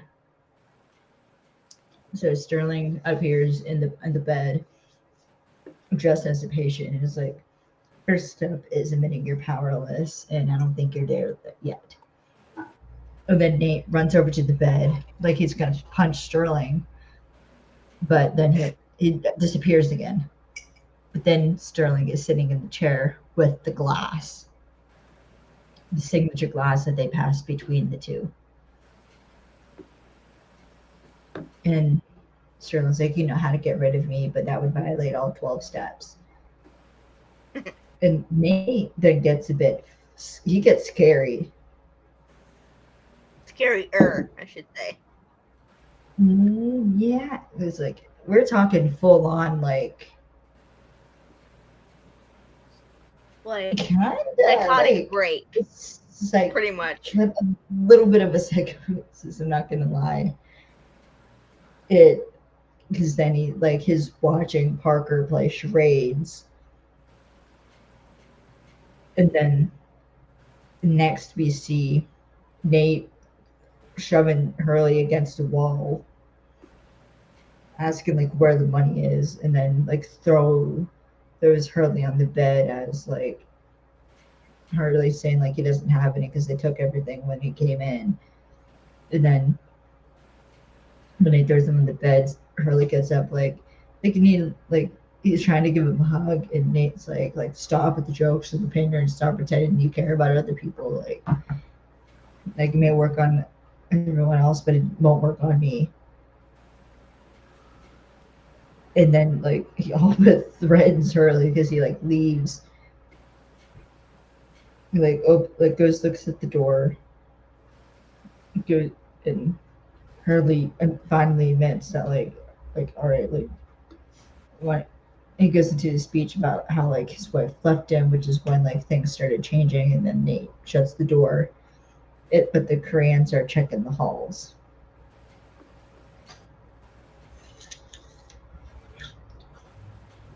So Nate starts interrogating Hurley, but realizing it wasn't just scumbags he took money from. Hurley's like, oh right, like I took money from a charity. Like there's this woman, Michelle, and it was going to be like my big fix. Like it was my big fix, and he wanted to help Michelle because she's actually a good person. and doesn't do it for a high like he did. And he thought he could quadruple her money with the tricks he knew. And then we go back to Parker outside walking right by the Koreans. And what's funny, she is walking, realizes she has something in her hands, looks down, is like, oh shit, and then walks back. But we don't see what exactly she lifted. So Parker, or no, hold on. Sorry, back it up a bit. Nate then realizes that Hurley was planning on giving the money back. I was like, oh, like he was, and he says, "Tell me something, Tom. Lying, cheating, stealing. If you're doing it to help someone, doesn't that make it okay?" Which is the whole thesis statement of season 1.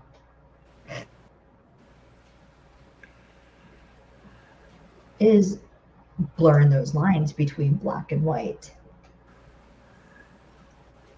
And it continues on throughout the whole series. Like, what is right, what is wrong. And that's Nate's problem.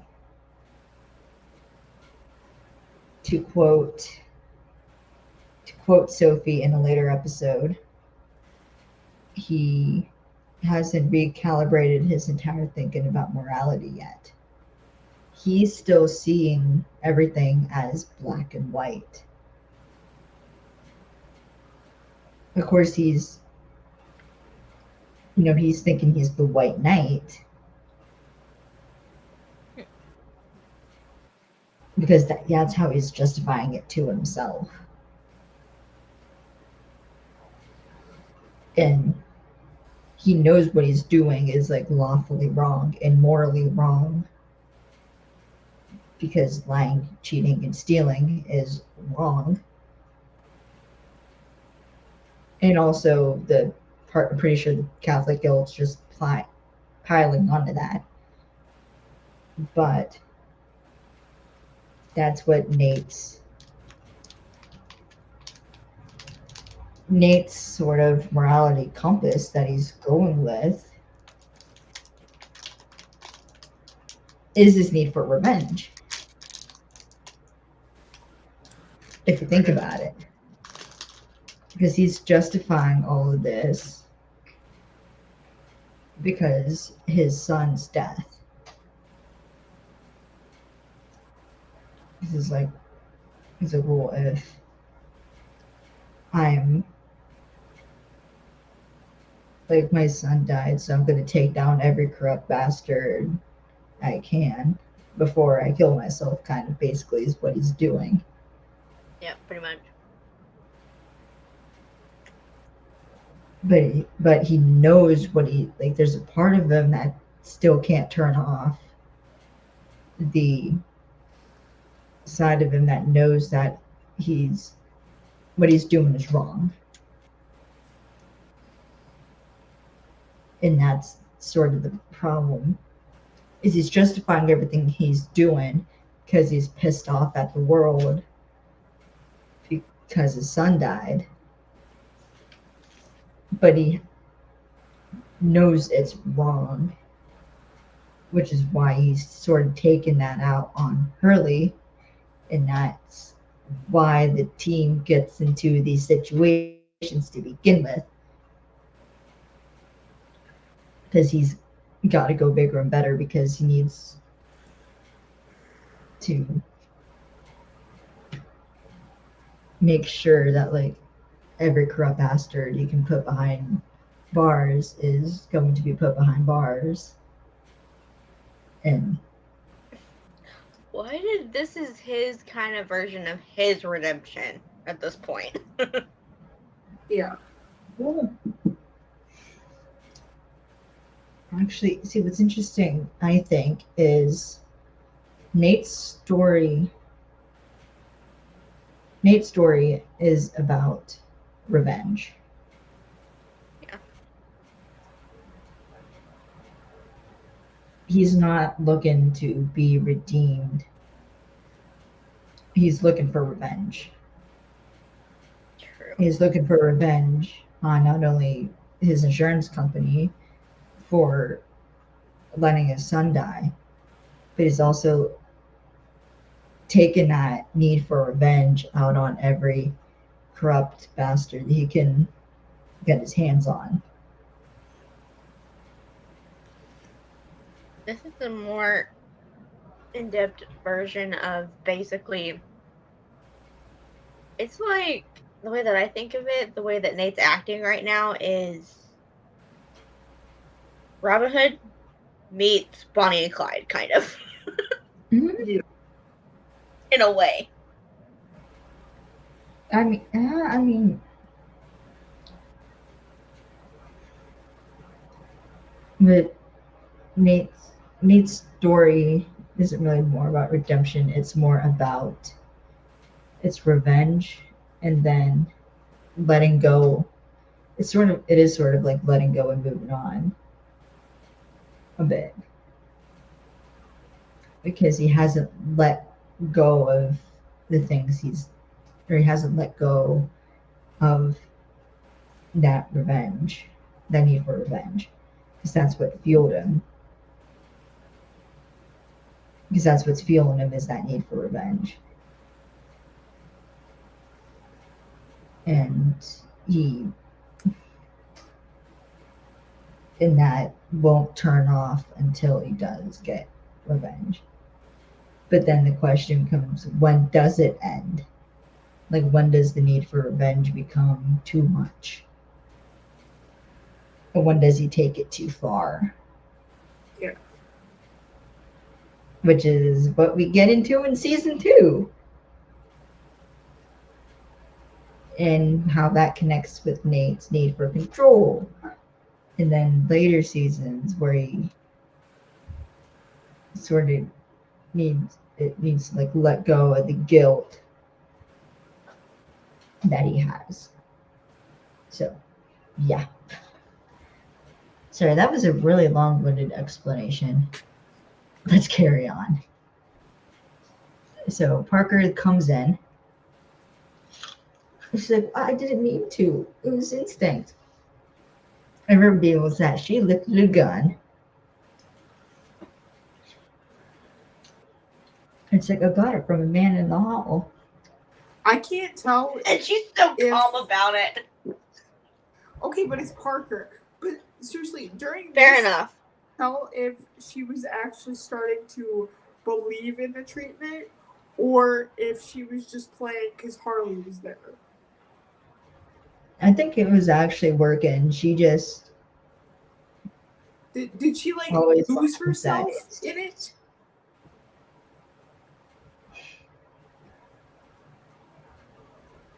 it? What was it? The medication? I mean, it might be the antidepressants. A little bit of both, maybe. Maybe. But is Nate? So Nate now knows that someone's trying to kill Hurley. So they got to go. Okay, but at this point, who isn't trying to kill? What's funny is Nate just shoves Hurley outside. Hurley sees the Koreans, and he goes back and is like, "We gotta go." You think? And Nate tells Parker, like, "Okay, you got to go through the go through the air vent, and we'll meet you under the front gate." Parker's like, "No." He's like, "What do you mean no?" And Parker's like, well, I'm making real progress here." And then Nate puts his hands on Parker's shoulder. He's like, "Parker, like, I need you to focus." It's funny, Parker lets out a smile. And she's like, you don't usually touch And me. she's like, "You don't usually touch us." It's the hole in She your says heart that me. doesn't allow you to get close to people. Yeah. But in that And moment, she said me, and she kind of smiled, and I'm like, this that's is funny. adorable. So the reason why Beth is smiling is because right before they shot this scene, I think it was Beth, because they said like it was like these 3 actors. I'm assuming they met Beth, Tim, and Drew, had a food fight with cold cuts. And Tim smelled like turkey. And that's why Parker's smiling. It's because Beth could smell the turkey. Don't ask me why they were having a food fight with cold cuts. It's them. Why wouldn't they have a food fight with cold cuts? You just gave me an idea. No, we're not. No, Fight. no. You are not ready to see me involving me in a food fight. Too late. I'm already writing it in my head. No. Moving on. No. So Yes. this Yes. was also inspired by a Batman comic. So Nate then takes the gun when he shoots out the lock in the window, and that's their escape.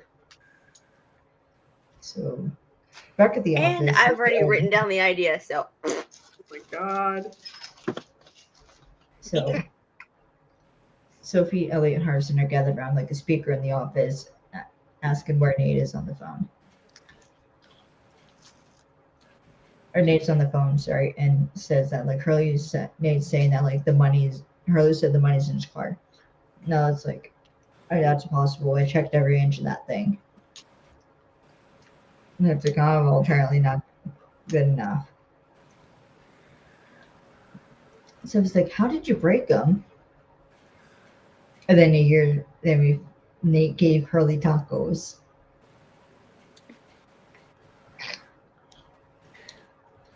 And so this goes and it's like, Nate. Like you took him out for tacos. Nate, you're enabling him. Do you think if they knew that this would be all it took, they would have just given him tacos in the first place? Probably. True. They could have saved all this time and just given the man tacos. Like, but the way that Hurley's eating the tacos, he's practically inhaling them. Yeah. Harson's like, I haven't slept for 3 days. I sat on a bomb. I had a showdown with 2 rival gangs who now know my face. And all this could have been avoided had you given the man a taco. Harson's so pissed. He's Mr. Grumpy, and he's adorable.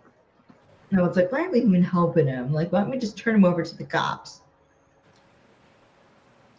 And it's like, well, like, I'm not saying we throw him a parade, but like, if we don't help him, he'll be dead by the end of the day. He's so cool. Harson's over here like, and that's my problem, how?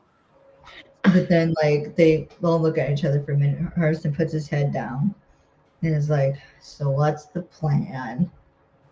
He's like, I can't believe I'm gonna regret saying this.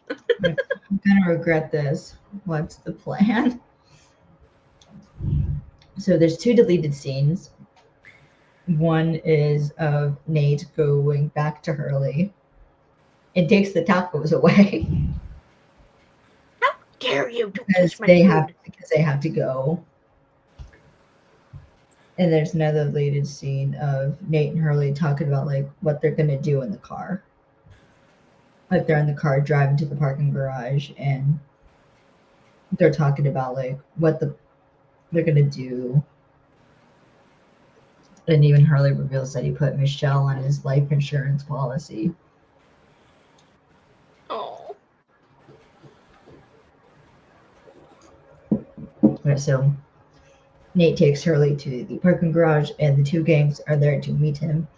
Hurley's freaking out and Nate's like, don't worry, they'll kill you. They won't kill you till after they get the cash. Like, real comforting, Nate. So Hurley goes to like his car to get the money. He sits down. But there's a bang and like the Mexicans like they yell at him to stop and like the guy like orders the other guy to go. Like the boss goon tells the lackey to like go underneath the car and they see that like and they yell they yell like "La bomba," which is Spanish for bomb, and um, and then they all start yelling like "Chenta sing." How come you took Spanish in high school? Was it Tantas Segundas? Yeah. Segundas, I just which know means that they like have it's 30 like 10 seconds. It's like it's 30 seconds. It's 30 seconds. We need to go now. But how would they know how long? Unless they could see the timer on the bomb. Which they probably did. They probably saw it and they're like, ah, crap.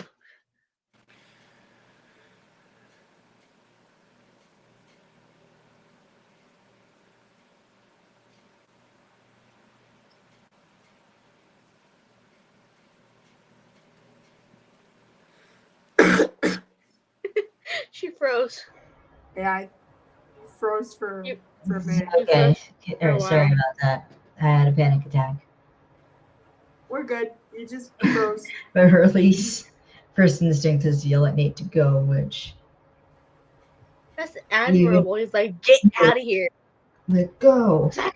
Like, I'll sacrifice myself. Go. Yeah, and then the car explodes. Dean Devlin and blowing Okay, shit up. Oh, what is with Dean and blowing things up? He likes his explosions. I mean, I'm not saying there's anything wrong with explosions because I like explosions just as much as the next person. Well, to be But fair, you think, or actually, the explosion was a model, or the gangs basically aren't happy, but they end up leaving because they think Hurley's dead. So this car explosion was actually a model, because not only is it expensive to shoot an explosion, practically, it's very hard to do in downtown LA. yeah, Particularly at the Port of Los Angeles. Yep. For reasons. Especially post 9/11. Yeah. You can't assume why. So Sophie then runs over asking if like Nate's okay, and like Nate's like, oh, I wasn't expecting an explosion that big. And then Hardison comes over and is like, like that's that's what you get when you use those people's tech. So then we get a flashback to the Nella comes over too, but we get a flashback back to the phone conversation. And Nate's like, what did you do with the Chilean's bomb? And what's funny is Elliot's shaking his head like, no. Like, do not tell him what I did with that bomb. Carson's like, why? And then we see Elliot rigging the bomb underneath the car as Harrison sets up to use a remote detonator for the bomb. And Hurley just goes, he's freaking confused. He doesn't know what's going on. So we get another flashback to Hurley telling Nate to go. And then Sophie appears out from underneath, telling her to like get on this pulley rig, which is pulling him under the cars. No, Elliot, he's got no gloves on as he's pulling on rope, and he is pulling two grown-ass adults. He's gonna have rope burn on his palms. And that shit fucking hurts. Yeah, rope burn. I know from experience. I've had rope burn. And I've had rope splinters. Mm-hmm. Ooh. Max. I wasn't the most careful person growing up. So then Hurley, and then Elliot like even covers Sophie. He's Which is telling him to cute. like His get protective down. instinct. He's like, It's Cover like, Sophie. shit, this bomb could do a whole lot of damage. Yeah. it was like, he does one of these. He looks over, he's like, oh shit. Yeah. Soon Harley realizes that Sophie and Nate were working together, and he's like thinking they hate each other, and it's sweet how they work together to help him. And Nate and Sophie don't have the time or enough alcohol to explain whatever the hell they got going on between them.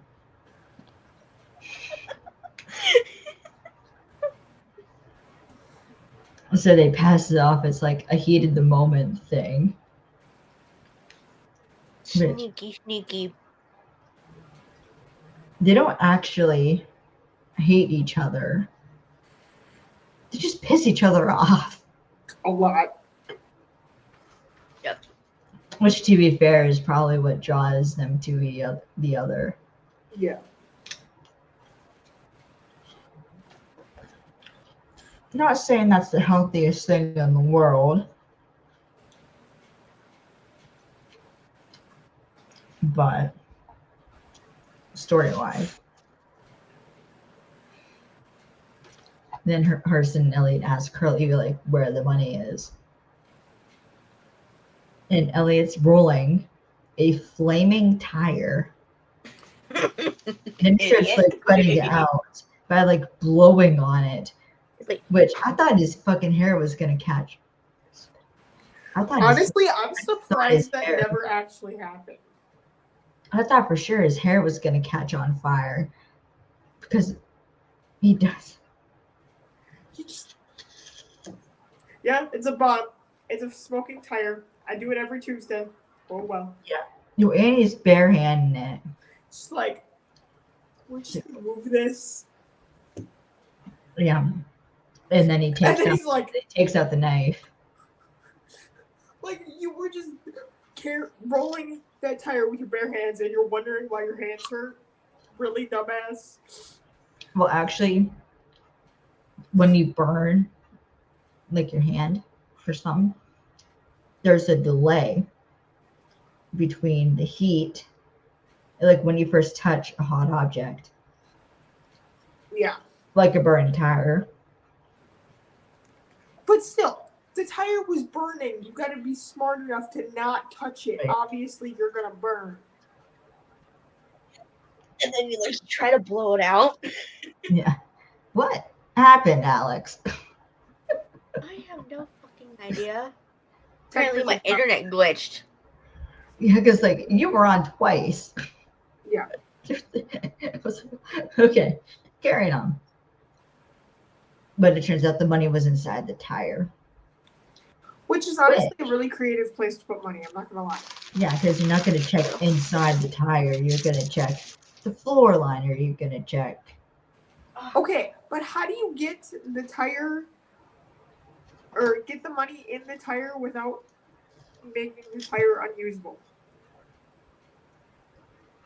Before you inflate it, you stuff it. And the way that Elliot just whips out his knife and goes, just whips it out, cuts it down. I know, that was awesome. And he followed the Marine rule of always carry a knife. Mm-hmm. Duh. And I do too. But John Rogers actually got this trick of having the money in the tire. He got from a Japanese anime called Lupin. And it's also a show on Netflix. I did not know that. Mm. Though it's in French. I started watching it. I never finished it, but I watched a bit of it, and it was actually pretty good. What was funny though is when I was watching it, I distinctly remember trying to predict the how they were going to do the heist.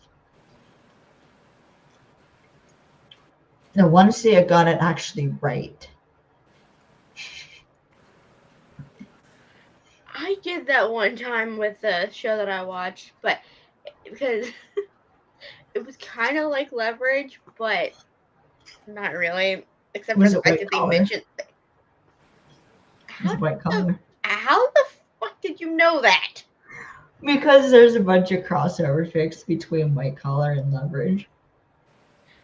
Yeah, it was the early season where they mentioned it was like, oh, I know a team in Boston who did it, and da-da-da. No, that was I'm like, Psych. No, I watched Psych, That was and the then I show. watched White Collar. If there was one episode of White Collar No, that but that line is in Psych. I know, I watched Because they referenced the bottle job episode. Yep.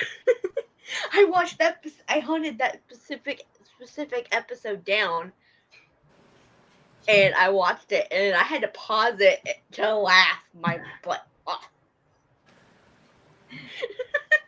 Yeah, but I think they were trying to steal like diamonds. Psych and White Collar are awesome, by the way. They're stealing diamonds or something. Or it was actually like, I need to rewatch it now so I can remember. But it's on IMDb. It was actually pretty good. It is. It's on the app. You can watch it on Freevee. Well, Lupin's Netflix, but White Collar, I believe, is on Freevee, maybe. Anyways. It is. Both of them are actually. Psych and White Collar. Mm-hmm. I know because I looked it up. So, continuing on. So, Hurley gives someone back to Michelle, who hugs Nate and Sophie, but refuses to hug Hurley. Though Hurley's genuinely hurt. Like, he just wants a hug. He looks like a kicked puppy. He kind of does. I felt bad for him, but I'm like, dude, you did this to yourself. I mean, he kind of did. But anyways, Nate just is like, just take the win. Just take the win. And Hardison gives Hurley a new identity in new papers. And they send him off to Rosarito. Because basically, Jack Hurley's dead. Mm-hmm. And Hurley genuinely wants to be better and to get help. And go on a straightforward path now. Though Nate and Hardison refuse to accept a hug from him. And there's still one more thing they got to do. So Sophie's back at the rehab center, and she's basically trying to check Parker out of the rehab center. Oh, God. And they're playing Pictionary. They're playing charades, yeah. Or no, it is Pictionary, sorry. And Sam can now speak without mumbling. So, good on him. I love the line that Sophie uses when telling the doctor that Parker needs to be let out. Yeah, because Sophie recognizes the drawing Parker did was of the security system of the Cairo Museum. Yep. And then the proud little smile that Parker did when she said that. Yeah. And she's like, yeah, cute. And then the main doctor asks Sophie, it's like, are you sure this is for the best? And Sophie's like this place is the right place where she needs to be around more people like her who understand the struggle she's going through. Oh. And that line pays off majorly throughout the entire series, because that is how Parker grows. Bless you. Thank you. It's because she's surrounded by people who, while their mind doesn't work like hers do, they understand the struggle she faces, and from there they're able to relate, figure out how her brain works, because in a way their brains work in similar ways. Yep. And this also plays into the special bond between Parker and Elliot, because particularly in season 4 we see that Parker and Elliot understand each other in a way that the others don't. Yep. I We're gonna get just to my favorite part already. so Parker. Oh yeah. So Parker comes out of rehab, spots the team, and she starts running. And who does she run to first? Elliot. You So know, first she throws her bag of clothes to harness it and then no, jumps. to Nate. And To Nate. She throws her Yeah, clothes. I love Nate. how she just chucks her she stuff. just threw it at him and he caught I don't it. care And about then it. she Yeah. jumped. Koala hugs Elliot. And he stumbled back. And he like has one arm around her, like holding her up. Like, And his smile. he's smiling. His He's little like, oh, when did smirk. the happy pills Freaking wear off? cute. And Parker gets down and goes over to hug Hardison. And Harrison's smiling. It's like, Nate, as Nate says, it takes like 24 hours. Yeah, Harrison's Elliot like, goes, that's too well, bad. he's like, well, when do the happy pills wear off? And Nate says in 24 hours, and then she hugs Hardison. And And he's like, Hardison's also smiling. it's like, It's too bad. I like this version of Parker. It's like, I kind of like this version of Parker. Which is funny. John Rogers called, like he says, like he called that scene, the jump hug that launched 1,000 fics.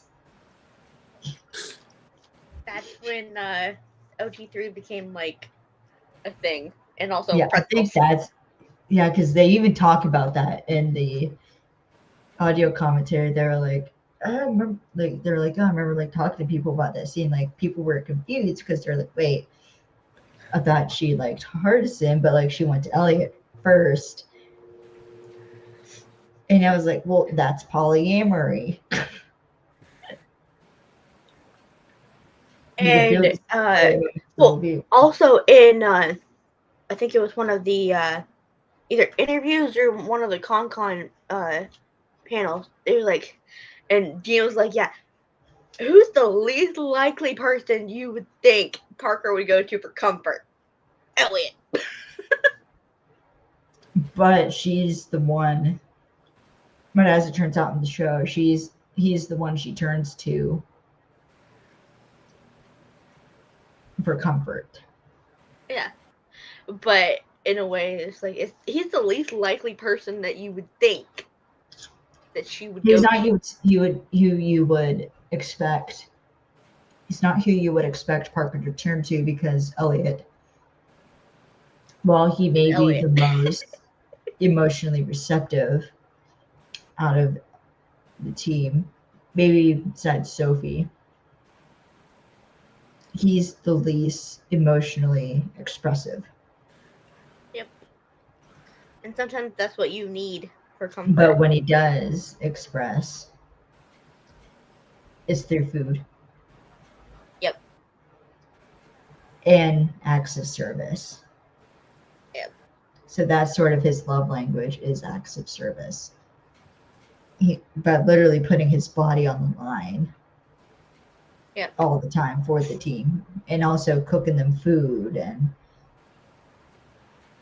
making sure that they're safe. Yeah. I love the OT3, okay? Now you see why this is my favorite episode. It's fine too. Though, season 5 is like the ultimate OT3 episode, and I can't wait to get to that one. Oh, God.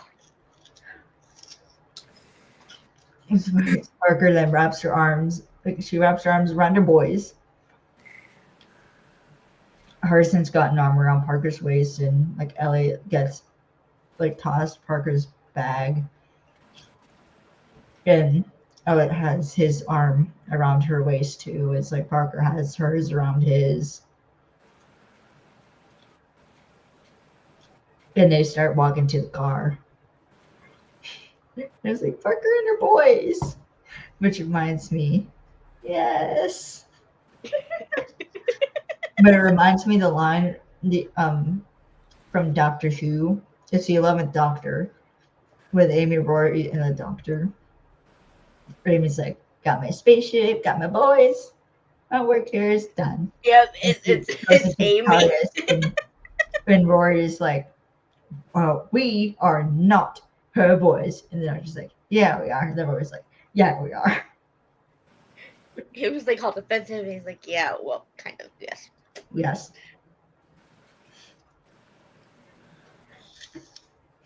But yeah, I love that. That's just what it character. reminded me of.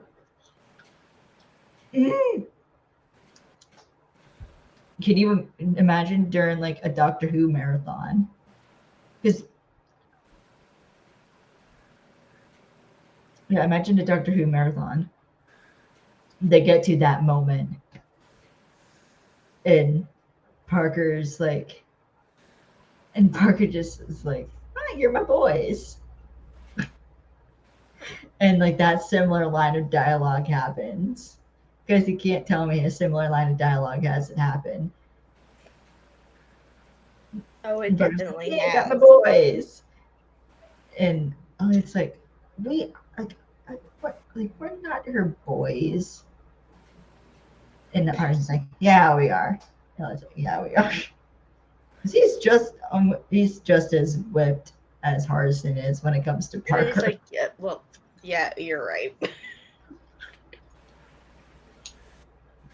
Anyway, so Sophie then turns to Nate and is like, "Are you ready to finish what you started?"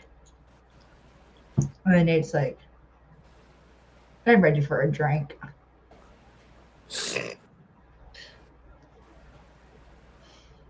And then the classic Leverage theme plays as they walk away.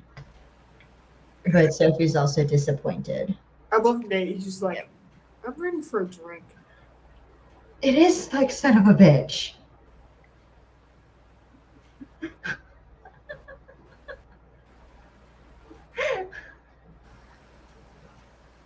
Yep. Which is the shit. It's like, I need a goddamn drink. Because that's one of the lines in Son of a Bitch is, "Somebody give me a goddamn drink." Son of a bitch!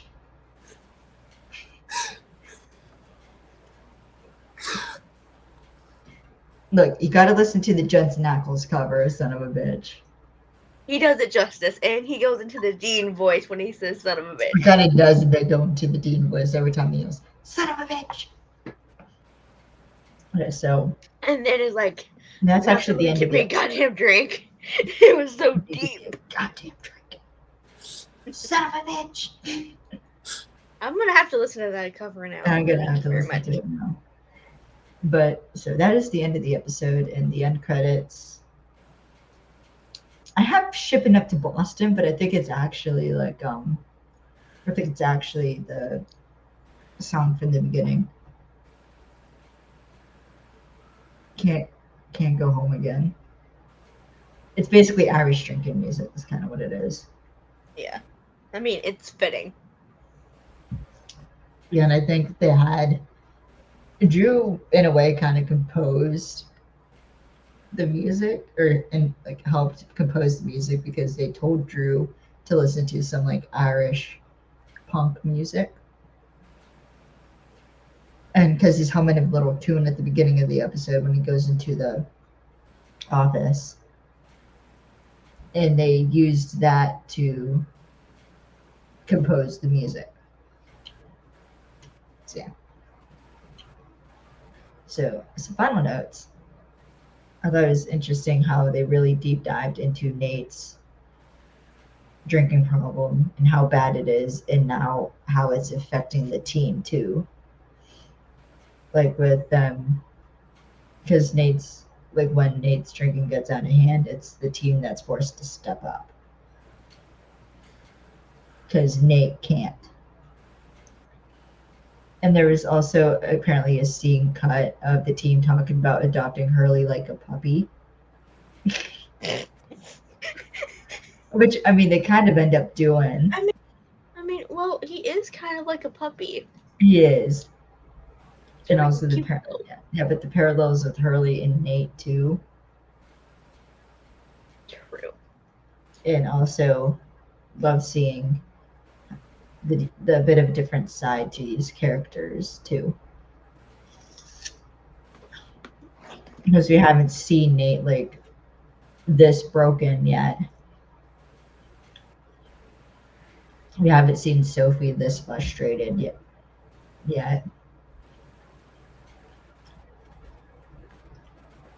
You haven't seen Hardison being the calm one and Elliot being the one freaking out.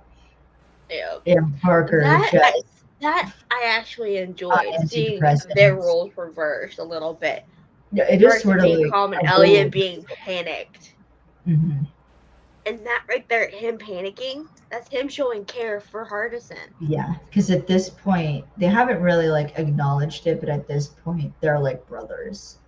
Yep. He's like, I don't want anything to happen to him because I don't want to have another person's blood on my hands. Is Yeah, it's what he's kinda thinking. like, it's like yeah, like you piss me off, but if anybody else like I'm the only one that gets to screw with you, kind of thing. Like anybody else screws with you, I'll break their like, legs. I'll break their legs. Like only I'm allowed to mess with you. So You know what? I just figured out a parallel to Almost Paradise. That's Alex and Kai's relationship. yeah, it kind of is because it's like, yeah, I mean, because like they piss each other off, but it's like God forbid anybody else pisses them off, or God forbid anybody else Tries to hurt them. So that was actually my last note. I didn't have a lot of notes for this episode. Neither did I. But yeah. Cam, do you have any final notes? No. That was way too much fun. Yeah. I honestly really enjoyed this episode. I like seeing like. Yeah. And you have to watch the episode to understand why this is one of my favorites. Yeah. I've talked about this before, but it's a lot of the micro expressions. True. That really make it, and you don't get that a lot with some of these shows. But it's the micro expressions that either tell a different story. Yeah. Or it shows your true emotions on your face. Than the story being told. Yeah. And you know how Christian said that there's one thing that Battlefields and the kitchen have in common? Chaos. Yes. The chaos that was happening with the bomb, even though his hand was shaking, he was level-headed and able to figure it out. Still level-headed, yeah. Okay, yeah. But what does that say about us being chaotic?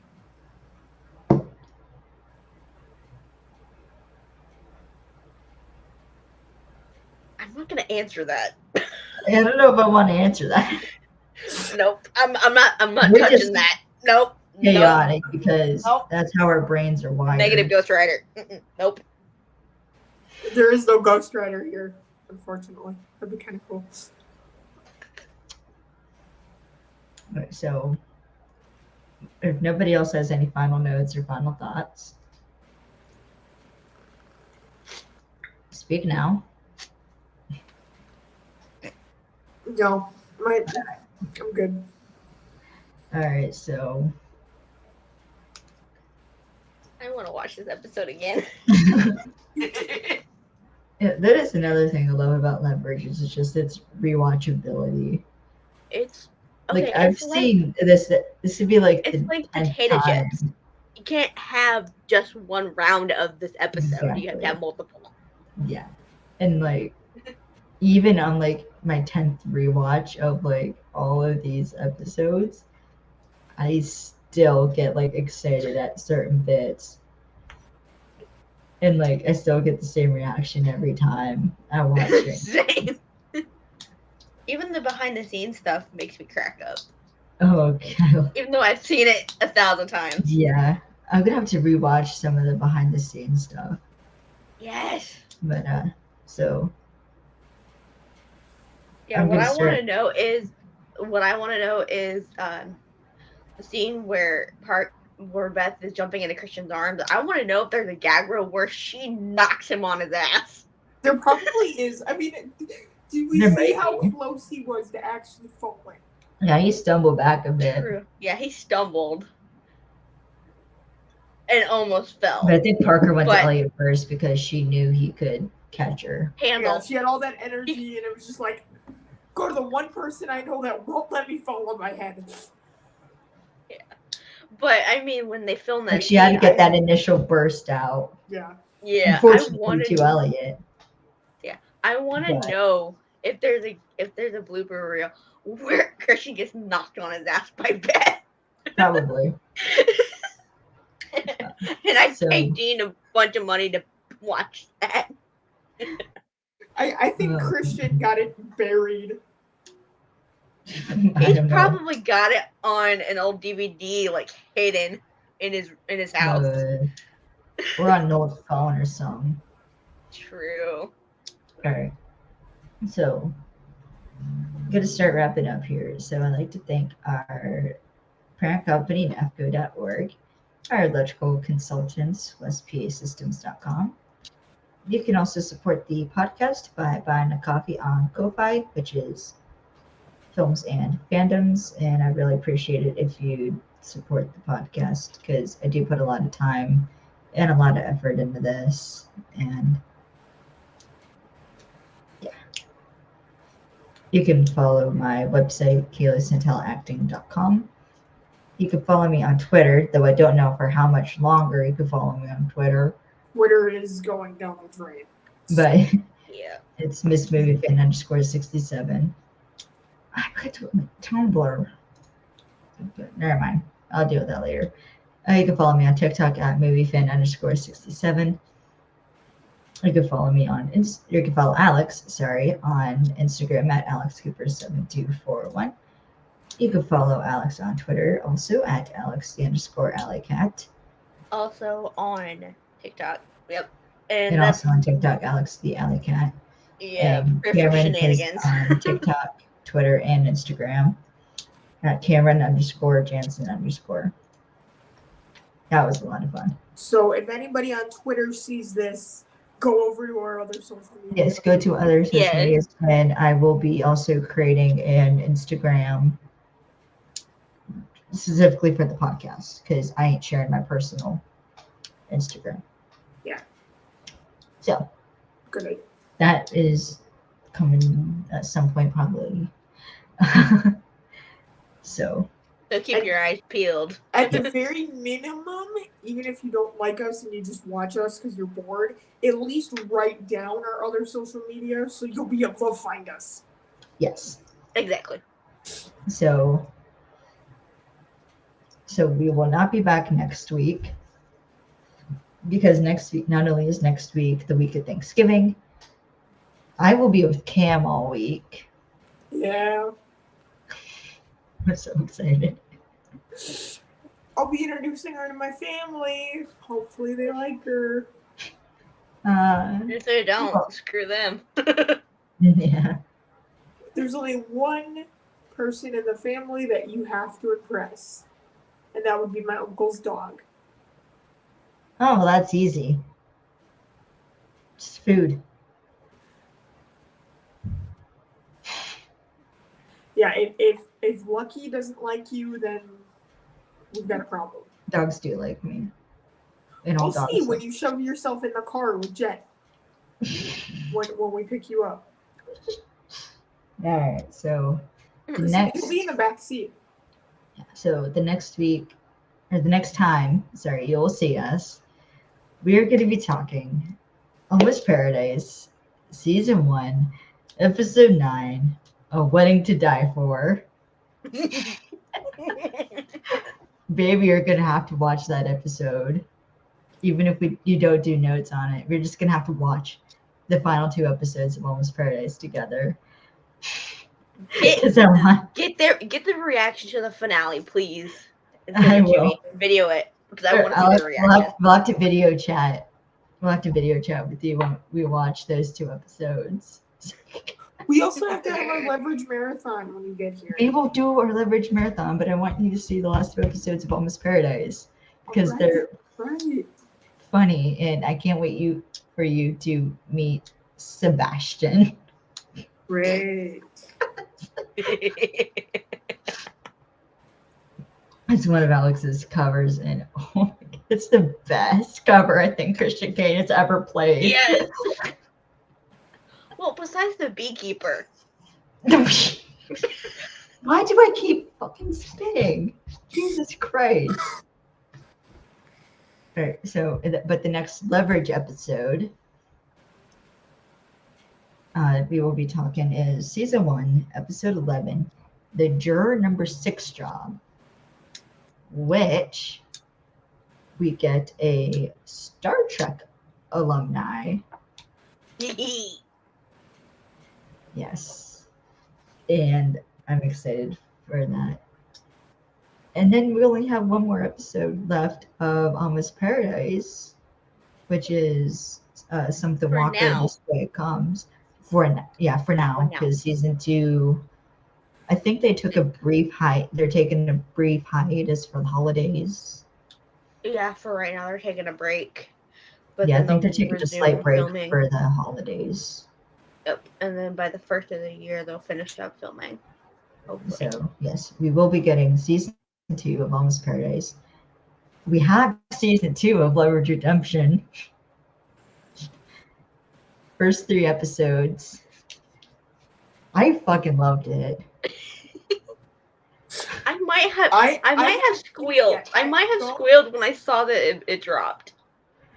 Because it dropped a day early. I know. It dropped a day early. Damn it, Brianna.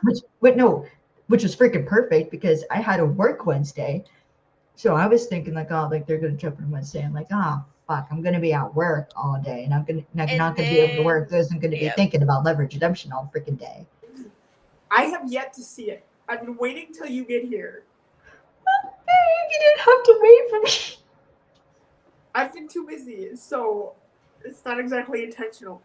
Yeah. When I had it Wait, drop, I was like, in our Leverage Marathon being, we could start from season 1, episode 1, all the way through to season 2. But yeah, I might have. Or if you just want to start with Redemption. I might have fangirled and like flipped the fuck out when I saw the first 3 dropped. Yeah. After Kaylee texted me.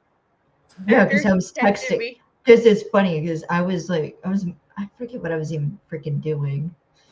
But like I had saw on Facebook because I'm on a Christian Kane fan group on Facebook, and they had posted about the episodes drop, and I was like, oh shit. So I was watching MacGyver, the reboot of MacGyver on TV.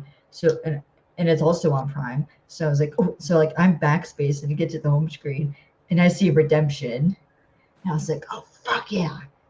Immediately started watching.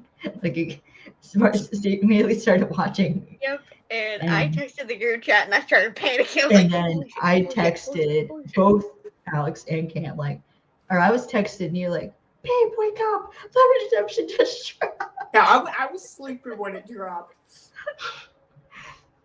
And yeah, I think I might have sent a few cuss words. Oh yeah, Alex. You did. Yep. Yeah, you did. Yeah. Because I was freaking out. Yeah, and you sent to the group chat. It's like, guys, wake up! Redemption dropped, and I'm like, no fucking way. And I click on the app. I'm like, holy shit! I did it again. And my immediate reaction was, damn it, Brianna!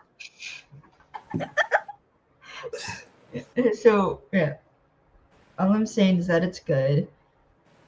We're not going to talk about what goes on in each episode in the episodes because not only will I be spoiling Cam, but anybody who's watching this who hasn't had a chance yet to watch it. Go watch it now.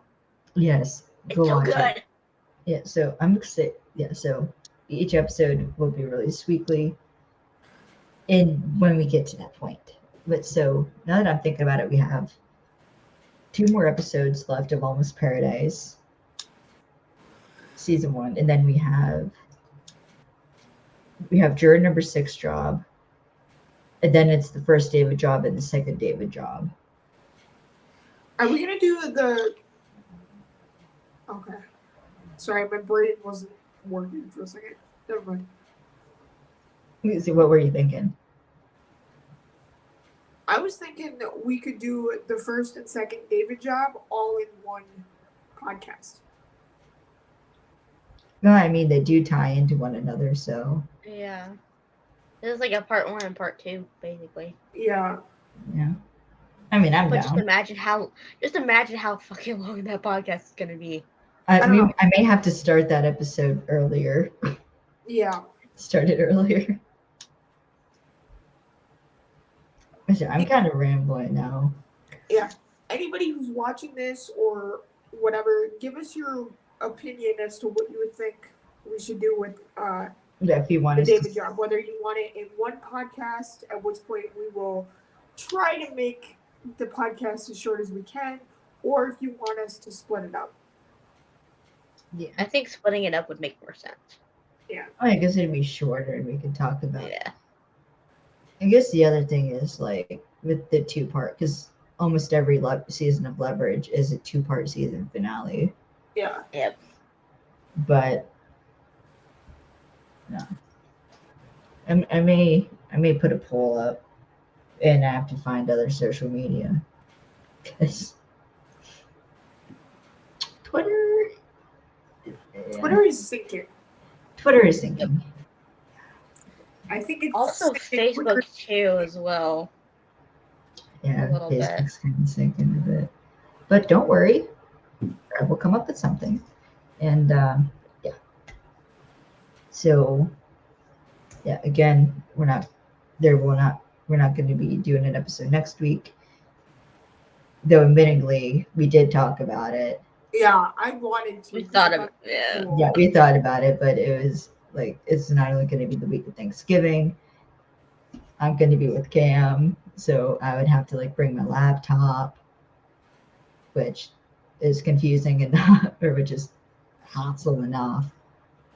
Bringing my laptop, but just I like having my setup here, so it's just easier to just not do it. Yeah. Plus, I would have to do my notes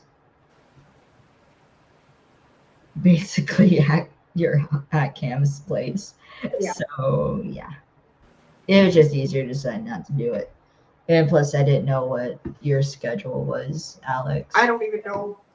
Yeah, I didn't even know what plans you had. So Yeah, I'm off for those 3 days, but I'm gonna be with family. yeah, that's kind of what I assumed. So yeah. All right. All right. This was fun. I'm getting into the broadcast now. Thank you for watching. We'll see y'all next time. Bye. I really need to find a proper way to end this.